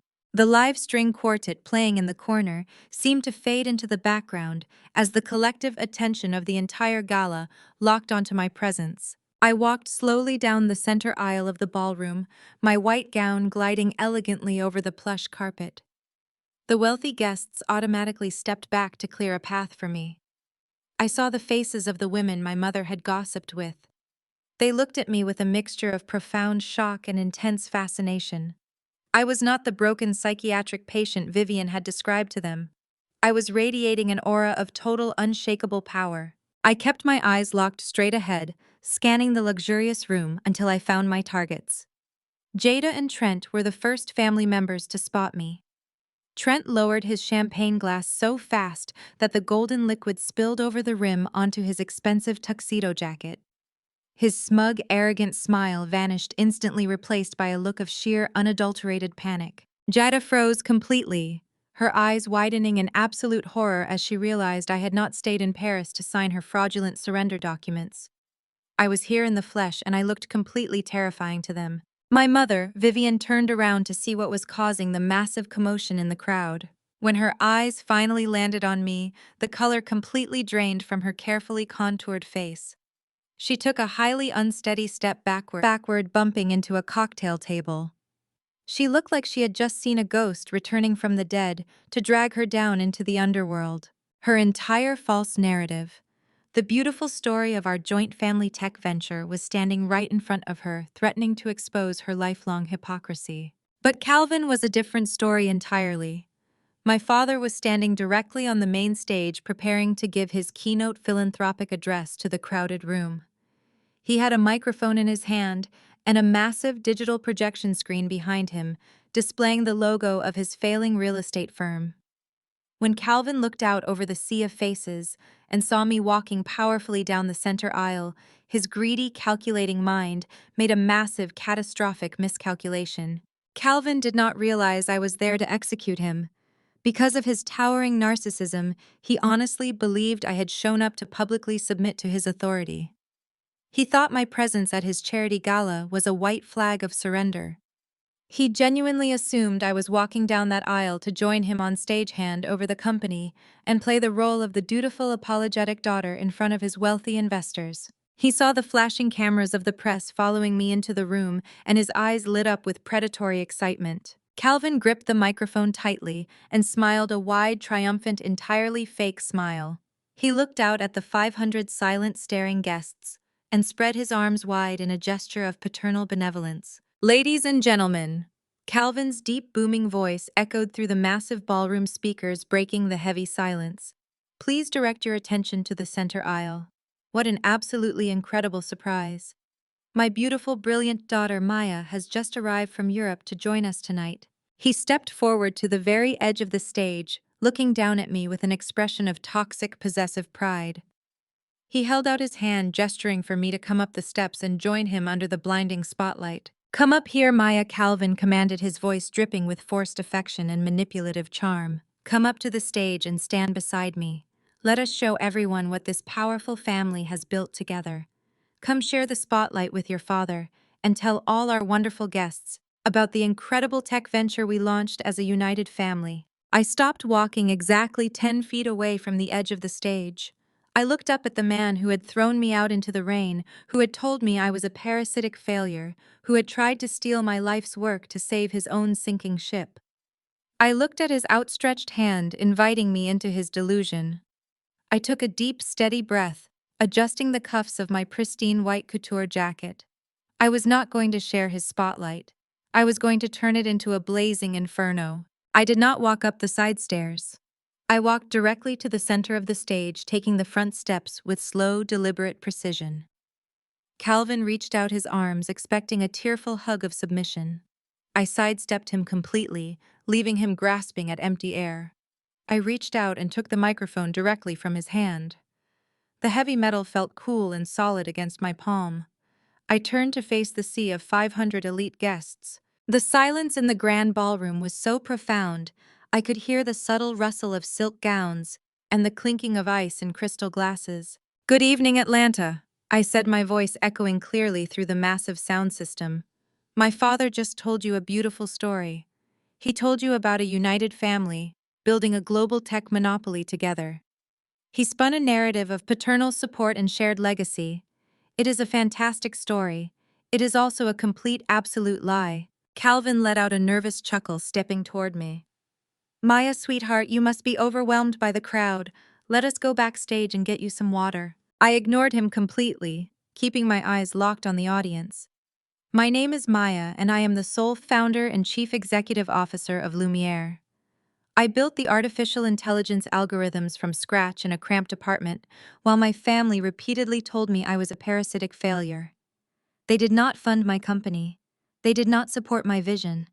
In fact, they threw me out of their house into a rainstorm because I dropped out of law school to protect my patents." A collective gasp rippled through the ballroom. The wealthy investors, socialites, and politicians stared at me in absolute shock. Vivian, who was standing near the front row, covered her mouth with her hand. "For the past few weeks, my parents have been telling all of you that Calvin provided the seed money for my startup." I continued pacing slowly across the stage. "They claimed we are partners.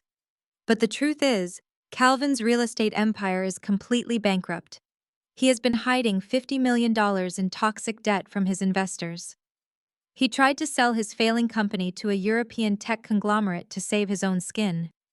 He had no idea he was pitching his assets to my subsidiary. I did not partner with my father. I bought his primary debt for pennies on the dollar.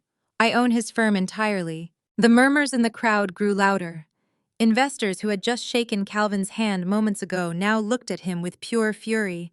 Calvin's face contorted into a mask of pure panic. He reached for the microphone, but my security detail stepped onto the stage, blocking his path.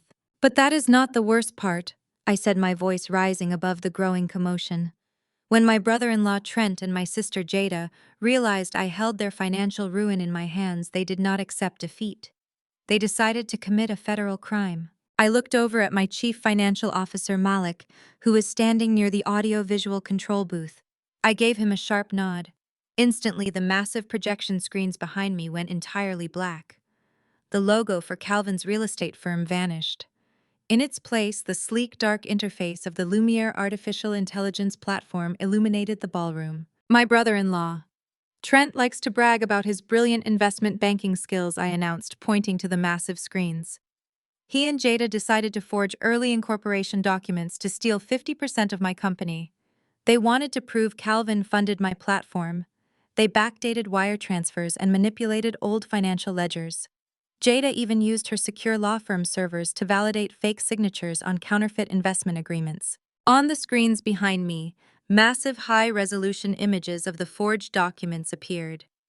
Next to them, my artificial intelligence algorithm ran a real-time digital forensic analysis. Lumiere was designed to authenticate fine art by detecting microscopic anomalies. I explained to the captivated audience. "Did you really think my system could not detect a forged digital signature? Look at the screens behind me." The algorithm highlighted the discrepancies in bright glowing red. The entire ballroom watched as the metadata timestamps proved the documents were created just 14 days ago, not 10 years ago. The screens displayed the exact Internet Protocol addresses, tracing the forged patent transfers directly back to Jada's computer at her downtown law firm. Every single keystroke was documented and projected for the entire elite society to see. Trent tried to run. I saw him shoving his way toward the exit doors, but the crowd of angry investors and shocked socialites instinctively closed ranks, blocking his path. Jada was sobbing openly, her pristine golden child image shattered into a million irreparable pieces. Every senior partner from her law firm was in this room watching her career completely vaporize. She had thrown away everything just to help her arrogant husband stroke his fragile ego. This family loves to talk about legacy. I continued, my voice dropping to a harsh, resonant tone that commanded total silence. They care so deeply about their social standing and their wealthy reputation. They care about what all of you think. But behind closed doors, they are nothing but cruel, entitled frauds who feed on the vulnerable. I turned my gaze directly to my mother. Vivian was shaking uncontrollably, her face buried in her hands. Her diamond necklace sparkled mockingly under the bright venue lights. Just 2 weeks ago, my mother sat at her country club lunches and told many of you that I had suffered a catastrophic psychiatric break, I said, projecting my voice clearly so it reached the back of the room. She told you I was violent, unstable, and living in a downtown homeless shelter. She weaponized mental health to destroy my reputation just because she realized she could no longer control my trust fund. She wanted to bury me alive so she could play the tragic martyr and gather your sympathy. The women who had listened to Vivian's lies stared at her with absolute disgust. The social currency she had spent 35 years hoarding evaporated in a matter of seconds. She was totally exposed as a malicious, manipulative liar. You spent my entire life telling me I was worthless, I said, looking back at Calvin, who was now kneeling on the stage, physically unable to support his own weight under the crushing reality of his public destruction. You demanded absolute perfection while running a corrupt business built on bribes and illegal zoning shortcuts. You compared me to Jada every single day, using her as a weapon to make me feel small. You allowed Trent to humiliate me with offers of minimum wage mailroom jobs, while you all lived off the very trust fund money I eventually used to defeat you. The ballroom was so quiet you could hear a pin drop. 500 people stood frozen, captivated by the raw, unfiltered truth pouring out of me. It was the absolute vindication I had been waiting for my entire life. Every single snide comment, every cruel joke, every time they made me feel like an outsider in my own home was being repaid in full. They had spent decades building a flawless facade, and I was tearing it down brick by brick, leaving them completely exposed to the harsh light of public scrutiny. You wanted me to be a submissive scapegoat, I declared, staring down at my father. You wanted me to take the blame for every single dysfunction in this toxic household. You demanded my house keys and threw me out into a thunderstorm because I refused to play your game anymore. You told me to get out and stay out. You thought you were throwing away a piece of garbage. You did not realize you were evicting the architect of your own destruction. I turned away from Calvin and faced the audience one last time. My posture was flawless, my white couture gown glowing brilliantly under the heavy stage lights. There is no joint family venture, I stated firmly, ensuring every reporter in the room captured the exact quote. Lumiere belongs entirely to me. The only thing my family contributed to my success was teaching me exactly what kind of people I never want to be. Their conditional love was nothing but a transactional trap. They are not brilliant business minds. They are federal criminals and bankrupt frauds. And their reign over Atlanta society ends tonight. I lowered the microphone, letting my heavy, powerful words echo against the high ceilings. The sheer weight of the absolute truth hung in the enormous room for a few profound seconds before the chaotic reality of the situation finally broke through the silence. The reporters rushed forward, shouting frantic questions and snapping hundreds of photographs. The wealthy investors began pulling out their smartphones, desperately calling their financial brokers to pull any remaining funds connected to Calvin's firm.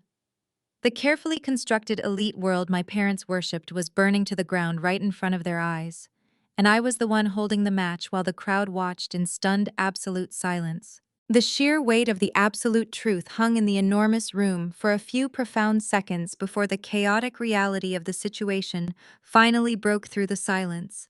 The reporters rushed forward, shouting frantic questions and snapping hundreds of photographs. The wealthy investors began pulling out their smartphones, desperately calling their financial brokers to pull any remaining funds connected to Calvin's firm. The carefully constructed elite world my parents worshipped was burning to the ground right in front of their eyes. And I was the one holding the match while the crowd watched in stunned, absolute silence. I stood motionless in the center of the stage, letting the blinding flashes of the cameras wash over my pristine white couture gown. The sense of vindication was a physical presence in my chest, replacing decades of suffocating anxiety with the pure, clean air of absolute victory. For 35 years, I had been the designated punching bag for these people. I had swallowed their insults, accepted their crumbs, and allowed them to dictate my worth. Now, watching the empire they worshipped dissolve into digital dust, I felt the pure, unadulterated high of absolute emancipation. Down on the ballroom floor, the social execution of my mother was happening in real time. Vivian reached out with a trembling hand toward the mayor's wife, attempting to offer some pathetic fabricated explanation, but the woman simply turned her back and walked away. Within seconds, a massive void opened up around my mother. The same high society friends who had eagerly consumed her malicious gossip about my fabricated psychiatric breakdown were now treating her like a highly infectious disease. They recoiled from her, avoiding eye contact and whispering behind their hands. Vivian stood entirely alone, dripping in diamonds. She could no longer afford, trapped in a prison of her own making. To my left, Jada was hyperventilating. She stared up at the massive projection screens where her law firm's official notary stamp was displayed next to the irrefutable digital evidence of her felony forgery. She knew exactly what this meant. She was not just losing her job. She was going to be completely disbarred, publicly disgraced, and permanently blacklisted from every legal institution in the United States. Her perfect golden child facade was melting right off her face, revealing the terrified hollow fraud underneath. Trent was in a state of absolute feral panic. The smug, arrogant white investment banker, who had condescendingly offered me a minimum wage mailroom job, was currently sweating through his custom-tailored tuxedo. The man who had built his entire persona on dominating women of color was now reduced to a trembling, sweating mess. He looked frantically around the grand ballroom, his eyes darting toward the heavy gilded exit doors. He tried to push his way through a cluster of shocked local politicians, but my private security detail smoothly intercepted him, forming an impenetrable human wall.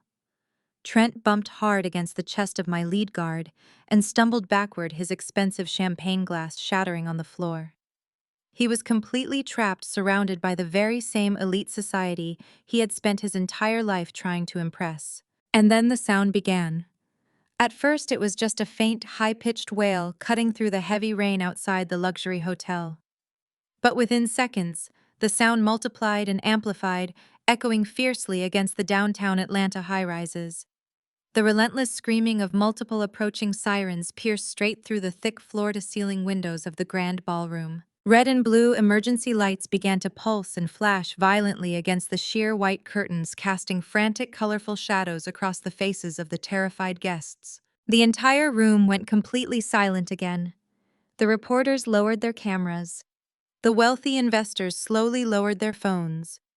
Every single person in that massive space knew exactly what that sound meant. The consequences of my family's incredible hubris had finally arrived. Trent's face drained of all remaining color, turning a sickly shade of gray. He backed away from the windows, shaking his head in rapid, frantic denial. He looked at Jada, pleading silently for her to use her legal expertise to save him, but Jada physically stepped away from her own husband, terrified of being caught in his immediate blast radius. The wailing sirens grew deafeningly loud as several heavy vehicles screeched to a halt directly on the red carpet outside the main hotel entrance. The heavy gilded doors of the grand ballroom were thrust open with tremendous violent force, hitting the adjacent walls with a thunderous crack. A specialized team of federal authorities marched directly into the glittering venue. They wore dark tactical windbreakers with bold yellow lettering across their backs, a stark, jarring contrast to the sea of elegant evening gowns and expensive designer tuxedos surrounding them. The elite crowd parted instantly, like the Red Sea, desperate to avoid any proximity to a federal indictment. The agents moved with terrifying silent purpose, their expressions completely locked in professional determination. Calvin, who had been leaning heavily against the podium on the stage, suddenly seemed to find a desperate final burst of his old arrogant energy. He genuinely thought his elite status could shield him from the incoming reality. He quickly straightened his posture, smoothed his jacket, and marched down the stage steps to intercept the federal agents. He put on his best real estate mogul smile, raising his hands in a gesture of wealthy diplomatic cooperation. "Gentlemen, there has been a massive misunderstanding here." Calvin projected his deep, booming voice, attempting to command the room one last time. "I am Calvin, the owner of this firm, and the host of this charity gala. If you just step into the private lounge with me, I can clear up this entire situation with a simple phone call to the district attorney." The lead federal agent did not even slow his stride. He did not look at Calvin. He did not acknowledge my father's wealth, his status, or his desperate attempt at manipulation. The agent simply pushed past Calvin with a firm shoulder, leaving my father stumbling awkwardly aside.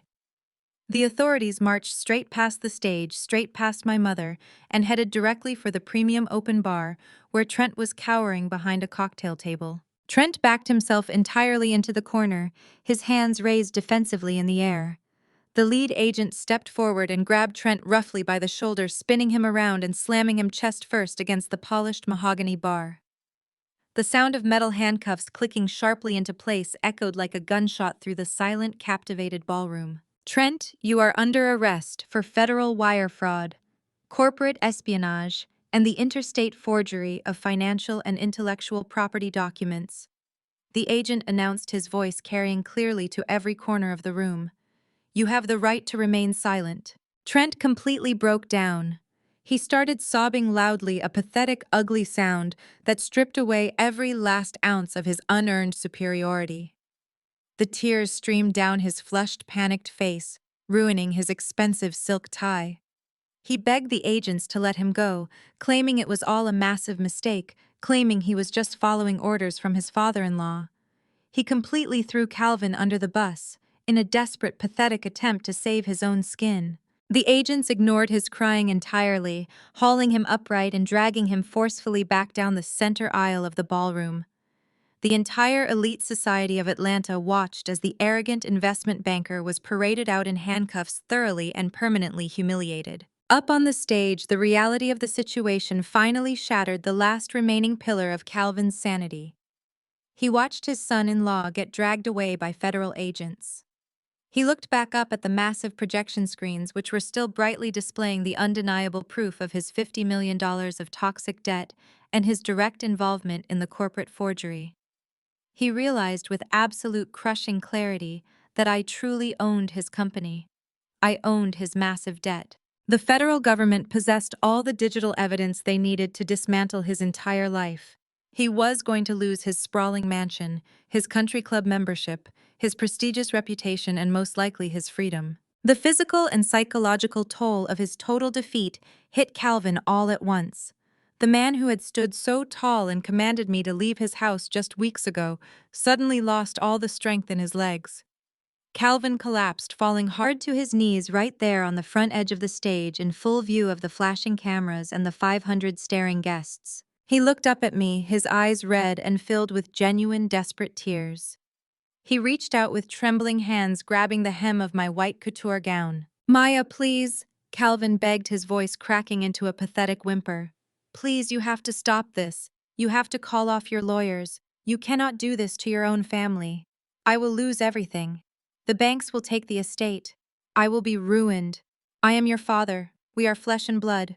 Please have mercy on me." I looked down at the broken, ruined man kneeling at my feet. I did not feel a single ounce of pity or obligation. I felt the absolute flawless closure of a 35-year open wound. I slowly reached up and adjusted the pristine lapels of my white couture jacket. I looked him dead in his terrified, tear-filled eyes, and I gave him my final answer. "Get out and stay out." The bright flashing lights of the emergency vehicles painted the grand ballroom walls in violent shades of red and blue as the determined federal agents hauled Trent out into the cold Atlanta night. I did not stay to watch my father weep on the stage. I turned my back on the chaos and walked out through the heavy gilded doors surrounded by my elite security team. The absolute destruction of my family, fraudulent empire dominated the global financial news cycle by sunrise. The pristine reputation they had worshipped and protected with ruthless cruelty evaporated overnight. My public execution of their toxic legacy was swift, absolute, and utterly irreversible. Trent never even made it out of federal custody on bail. The digital forensic evidence I provided from the Lumiere artificial intelligence platform was so incredibly flawless that the federal prosecutors did not even need to offer him a plea deal. The arrogant investment banker who had mocked my intelligence and threatened to ruin my business was convicted of multiple counts of felony wire fraud and corporate espionage. The judge sentenced him to 15 years in a federal penitentiary. Jada fell just as hard and fast as her criminal husband, the golden child who had spent her entire 33 years sneering at my perceived life failures, suddenly found herself standing at the absolute center of a massive legal inferno. Because she very foolishly used her law firm's network and official notary stamp to validate forged documents, her prestigious legal career was completely vaporized. The State Bar Association officially disbarred her within 3 weeks. Her senior partners actively sued her for severely damaging the firm's elite reputation. Jada was stripped of her license, her luxury vehicles, and her massive high-rise condominium. She was left entirely bankrupt, drowning in millions of dollars of insurmountable legal fees, with absolutely no way to ever practice law again. But the most satisfying descent into total ruin belonged to Calvin and Vivian. When the financial markets opened on Monday morning, the wealthy investors who had attended the charity gala instantly pulled every single cent of their capital out of my father's failing real estate firm. The massive $50 million debt I legally owned triggered an automatic aggressive liquidation protocol. I showed them absolutely zero mercy. My European legal team seized all their commercial properties, their luxury high-rise developments, and the sprawling Buckhead estate, where they had thrown me out into the pouring rain. My parents were forcibly evicted from their own mansion. They had to watch as my asset recovery team auctioned off Vivian expensive diamond necklaces, her antique furniture, and the luxury family cars they used to hold over my head. Their entire elite social circle completely abandoned them. The country club, women who had eagerly consumed my mother's, malicious lies about my psychiatric breakdown, now treated Vivian like a highly infectious disease. My parents were entirely ostracized, banished from the wealthy Atlanta society they had spent decades brutally clawing their way into.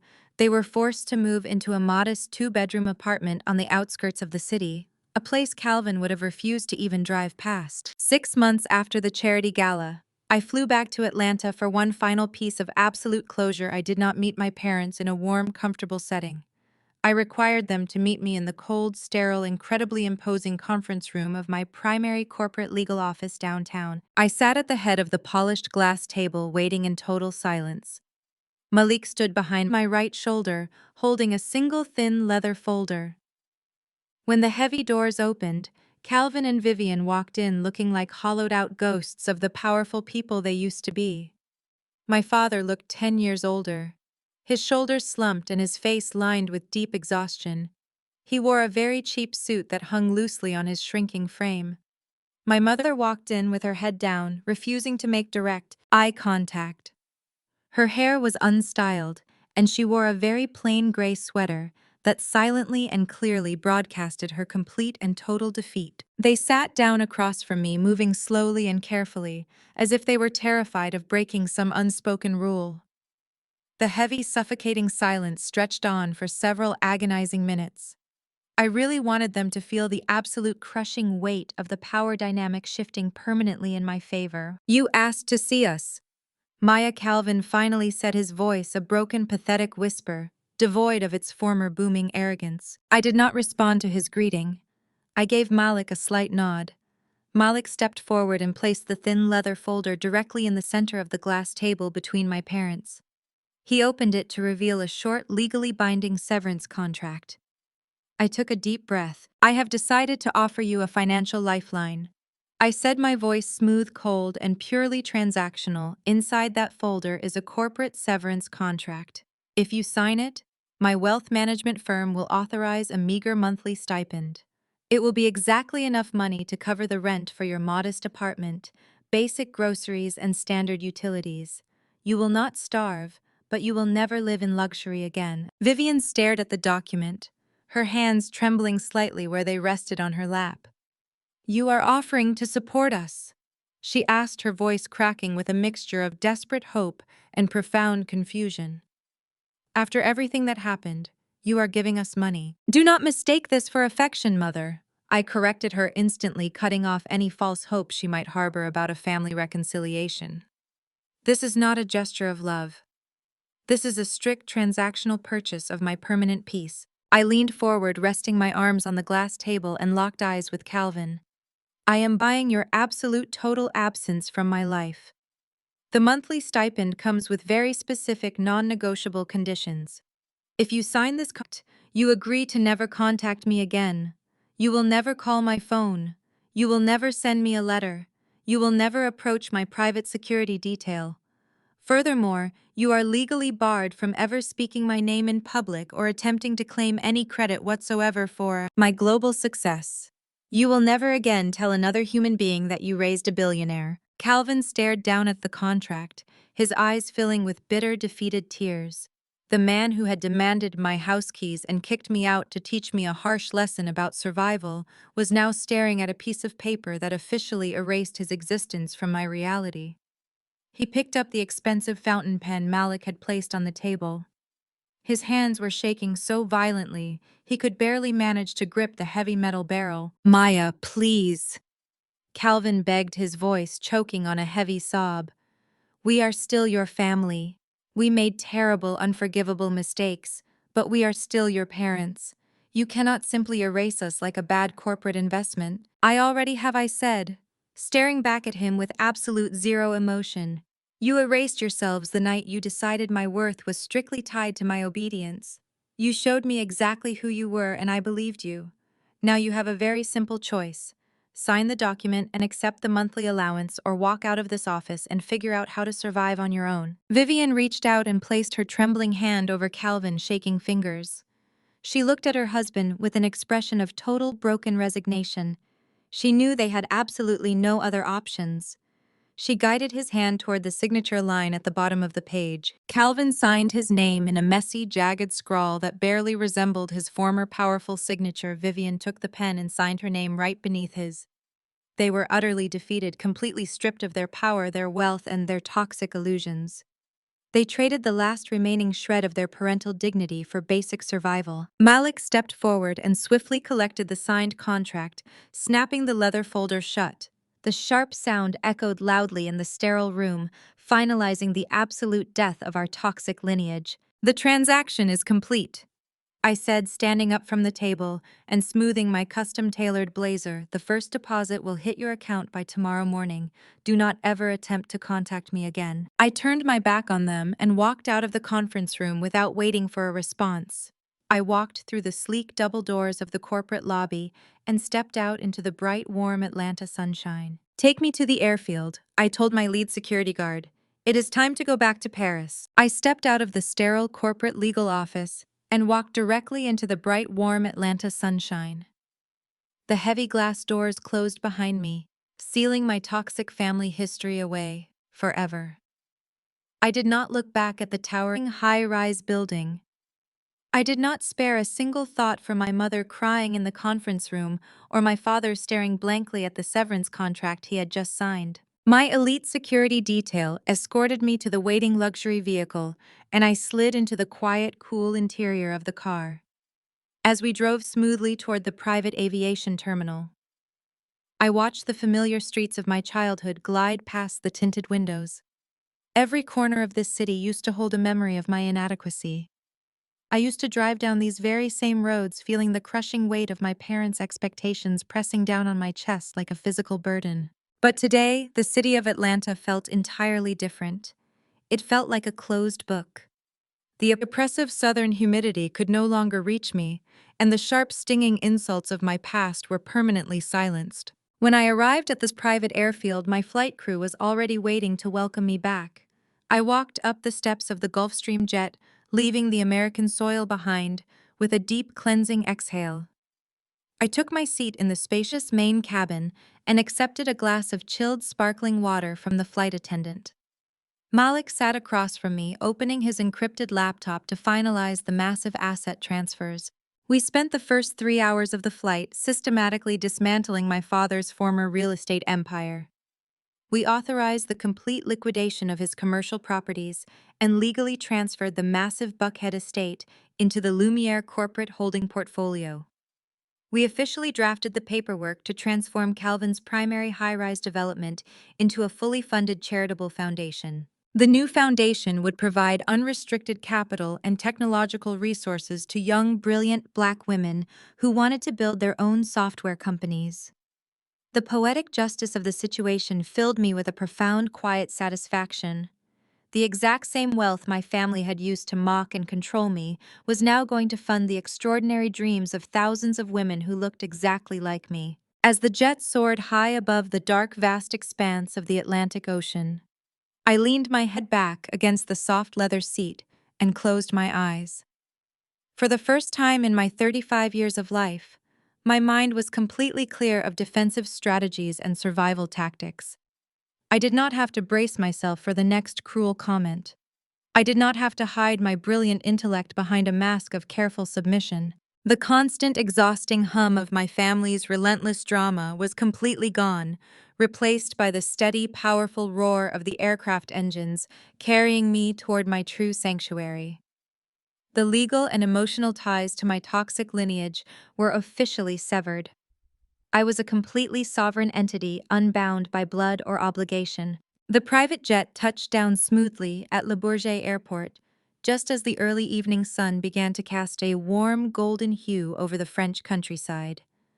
The crisp, cool Parisian air greeted me like an old, comforting friend as I stepped off the aircraft.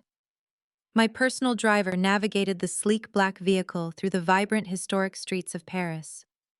I watched the beautiful ancient architecture and the bustling sidewalk cafes roll by, feeling a deep, powerful sense of belonging. This city had embraced me when I was just a quiet, anonymous coder seeking refuge from my chaotic life. Now it was the glorious center of my international empire. My car glided gracefully into the prestigious 7th arrondissement, turning down a quiet tree-lined avenue before coming to a gentle stop inside the private gravel courtyard of my limestone mansion. Henri, my dedicated estate manager, stood perfectly positioned on the front steps. His warm, genuine smile reached his eyes, conveying a level of authentic respect that no amount of elite Atlanta money could ever purchase. "Welcome home, Maya," he said, his voice gentle and welcoming. I thanked him, handing over my travel bag and walking through the heavy, gilded front doors. The magnificent marble foyer with its soaring ceilings and brilliant crystal chandeliers wrapped around me like a secure protective shield. I breathed in the familiar calming scent of fresh lavender and polished antique wood. I was completely safe. I was finally truly home. Later that same evening, my private manicured garden was transformed into a breathtaking, intimate sanctuary. I was not hosting 500 fake high society socialites or wealthy superficial investors trying to climb the corporate ladder. I was hosting a beautiful dinner party exclusively for my chosen family. A long, rustic wooden table was set beautifully under the sprawling branches of my ancient oak trees. The table was decorated with simple, elegant white candles and massive arrangements of fresh local flowers. Soft ambient lighting glowed warmly against the stone walls of the mansion, creating an atmosphere of pure magic and comfort. The air was filled with the rich, savory aroma of my private French chef preparing a flawless multi-course meal. I sat at the absolute head of the table, but this time it was not a position of intimidation or corporate dominance. It was a position of love and gratitude. I was surrounded by the incredible people who had loved and supported me when I was just an exhausted girl writing complex algorithms in the dark. Malik sat to my right, laughing loudly and warmly at a joke made by Camille, my brilliant lead software engineer. My close circle of genuine friends passed plates of incredible food and poured glasses of vintage red wine. There were no tense, toxic power dynamics at this table. There was no desperate need to perform Project False Wealth or impress anyone with fake accolades. There was only authentic joy, mutual respect, and the deep, comfortable laughter of people who genuinely valued one another for exactly who they were. We shared wonderful stories and debated art and technology without a single trace of malice or competition. I looked around at the beautiful, smiling faces of my chosen family and realized that this pure, simple happiness was the absolute greatest luxury my billions of dollars could ever provide. As the dinner party carried on with bright, lively conversation flowing freely into the cool night, I quietly excused myself and stepped away from the long table. I walked slowly toward the far edge of my manicured garden, where the ornate stone balustrade offered a completely unobstructed panoramic view of the magnificent Parisian skyline. The night air was perfectly still and calming. I rested my hands on the cool, smooth stone and looked out at the glittering, towering lights of the Eiffel Tower, shining brilliantly against the dark velvet sky. The iconic structure stood as a massive glowing monument to human ingenuity and relentless vision. I set my glass of dark red wine down next to a sleek digital tablet resting on a small wrought iron patio table. The flawless, intuitive interface of the Lumiere application glowed gently on the high-resolution screen. The global auction transactions continued to blink in a steady, continuous rhythm. New buyers from Tokyo, London, and Dubai were actively securing priceless masterpieces through the secure digital pathways I had built from absolutely nothing. The screen was a beautiful, living digital testament to my raw intelligence and my unstoppable passion. I reached out and gently traced the edge of the smooth glass screen, feeling a profound, deep sense of pride that nobody in the world could ever take away from me. I thought about the terrified 35-year-old woman who had walked out into the pouring Atlanta rain, holding nothing but a heavy laptop and a fractured heart. She felt so incredibly distant now, like a minor character in a long book I had finished reading many years ago. My parents had tried to bury me under the crushing, suffocating weight of their conditional love and their toxic, impossible expectations. They threw me out to the wolves, hoping I would be completely devoured by my own supposed failures. They wanted me to crawl back to them broken and defeated. They did not realize that I would take all of that pain, all of that rejection, and use it as the ultimate fuel to build a technological fortress they could never penetrate. I took a deep, slow breath, filling my lungs completely with the sweet, clean air of my own absolute freedom. I listened to the beautiful, comforting sound of my chosen family, laughing and celebrating in the lush garden behind me. I looked out over the glowing, magnificent, historic city that I now proudly called my permanent home. I was no longer the family embarrassment. I was no longer the silent scapegoat forced to carry the heavy burdens of deeply insecure people. I was the supreme master of my own beautiful, extraordinary destiny. I was incredibly wealthy in digital assets, in global properties, and in revolutionary technology. But as I picked up my wine glass and raised it silently to the glittering Parisian skyline, I realized the most important truth of my entire journey. I was finally permanently and overwhelmingly wealthy in peace.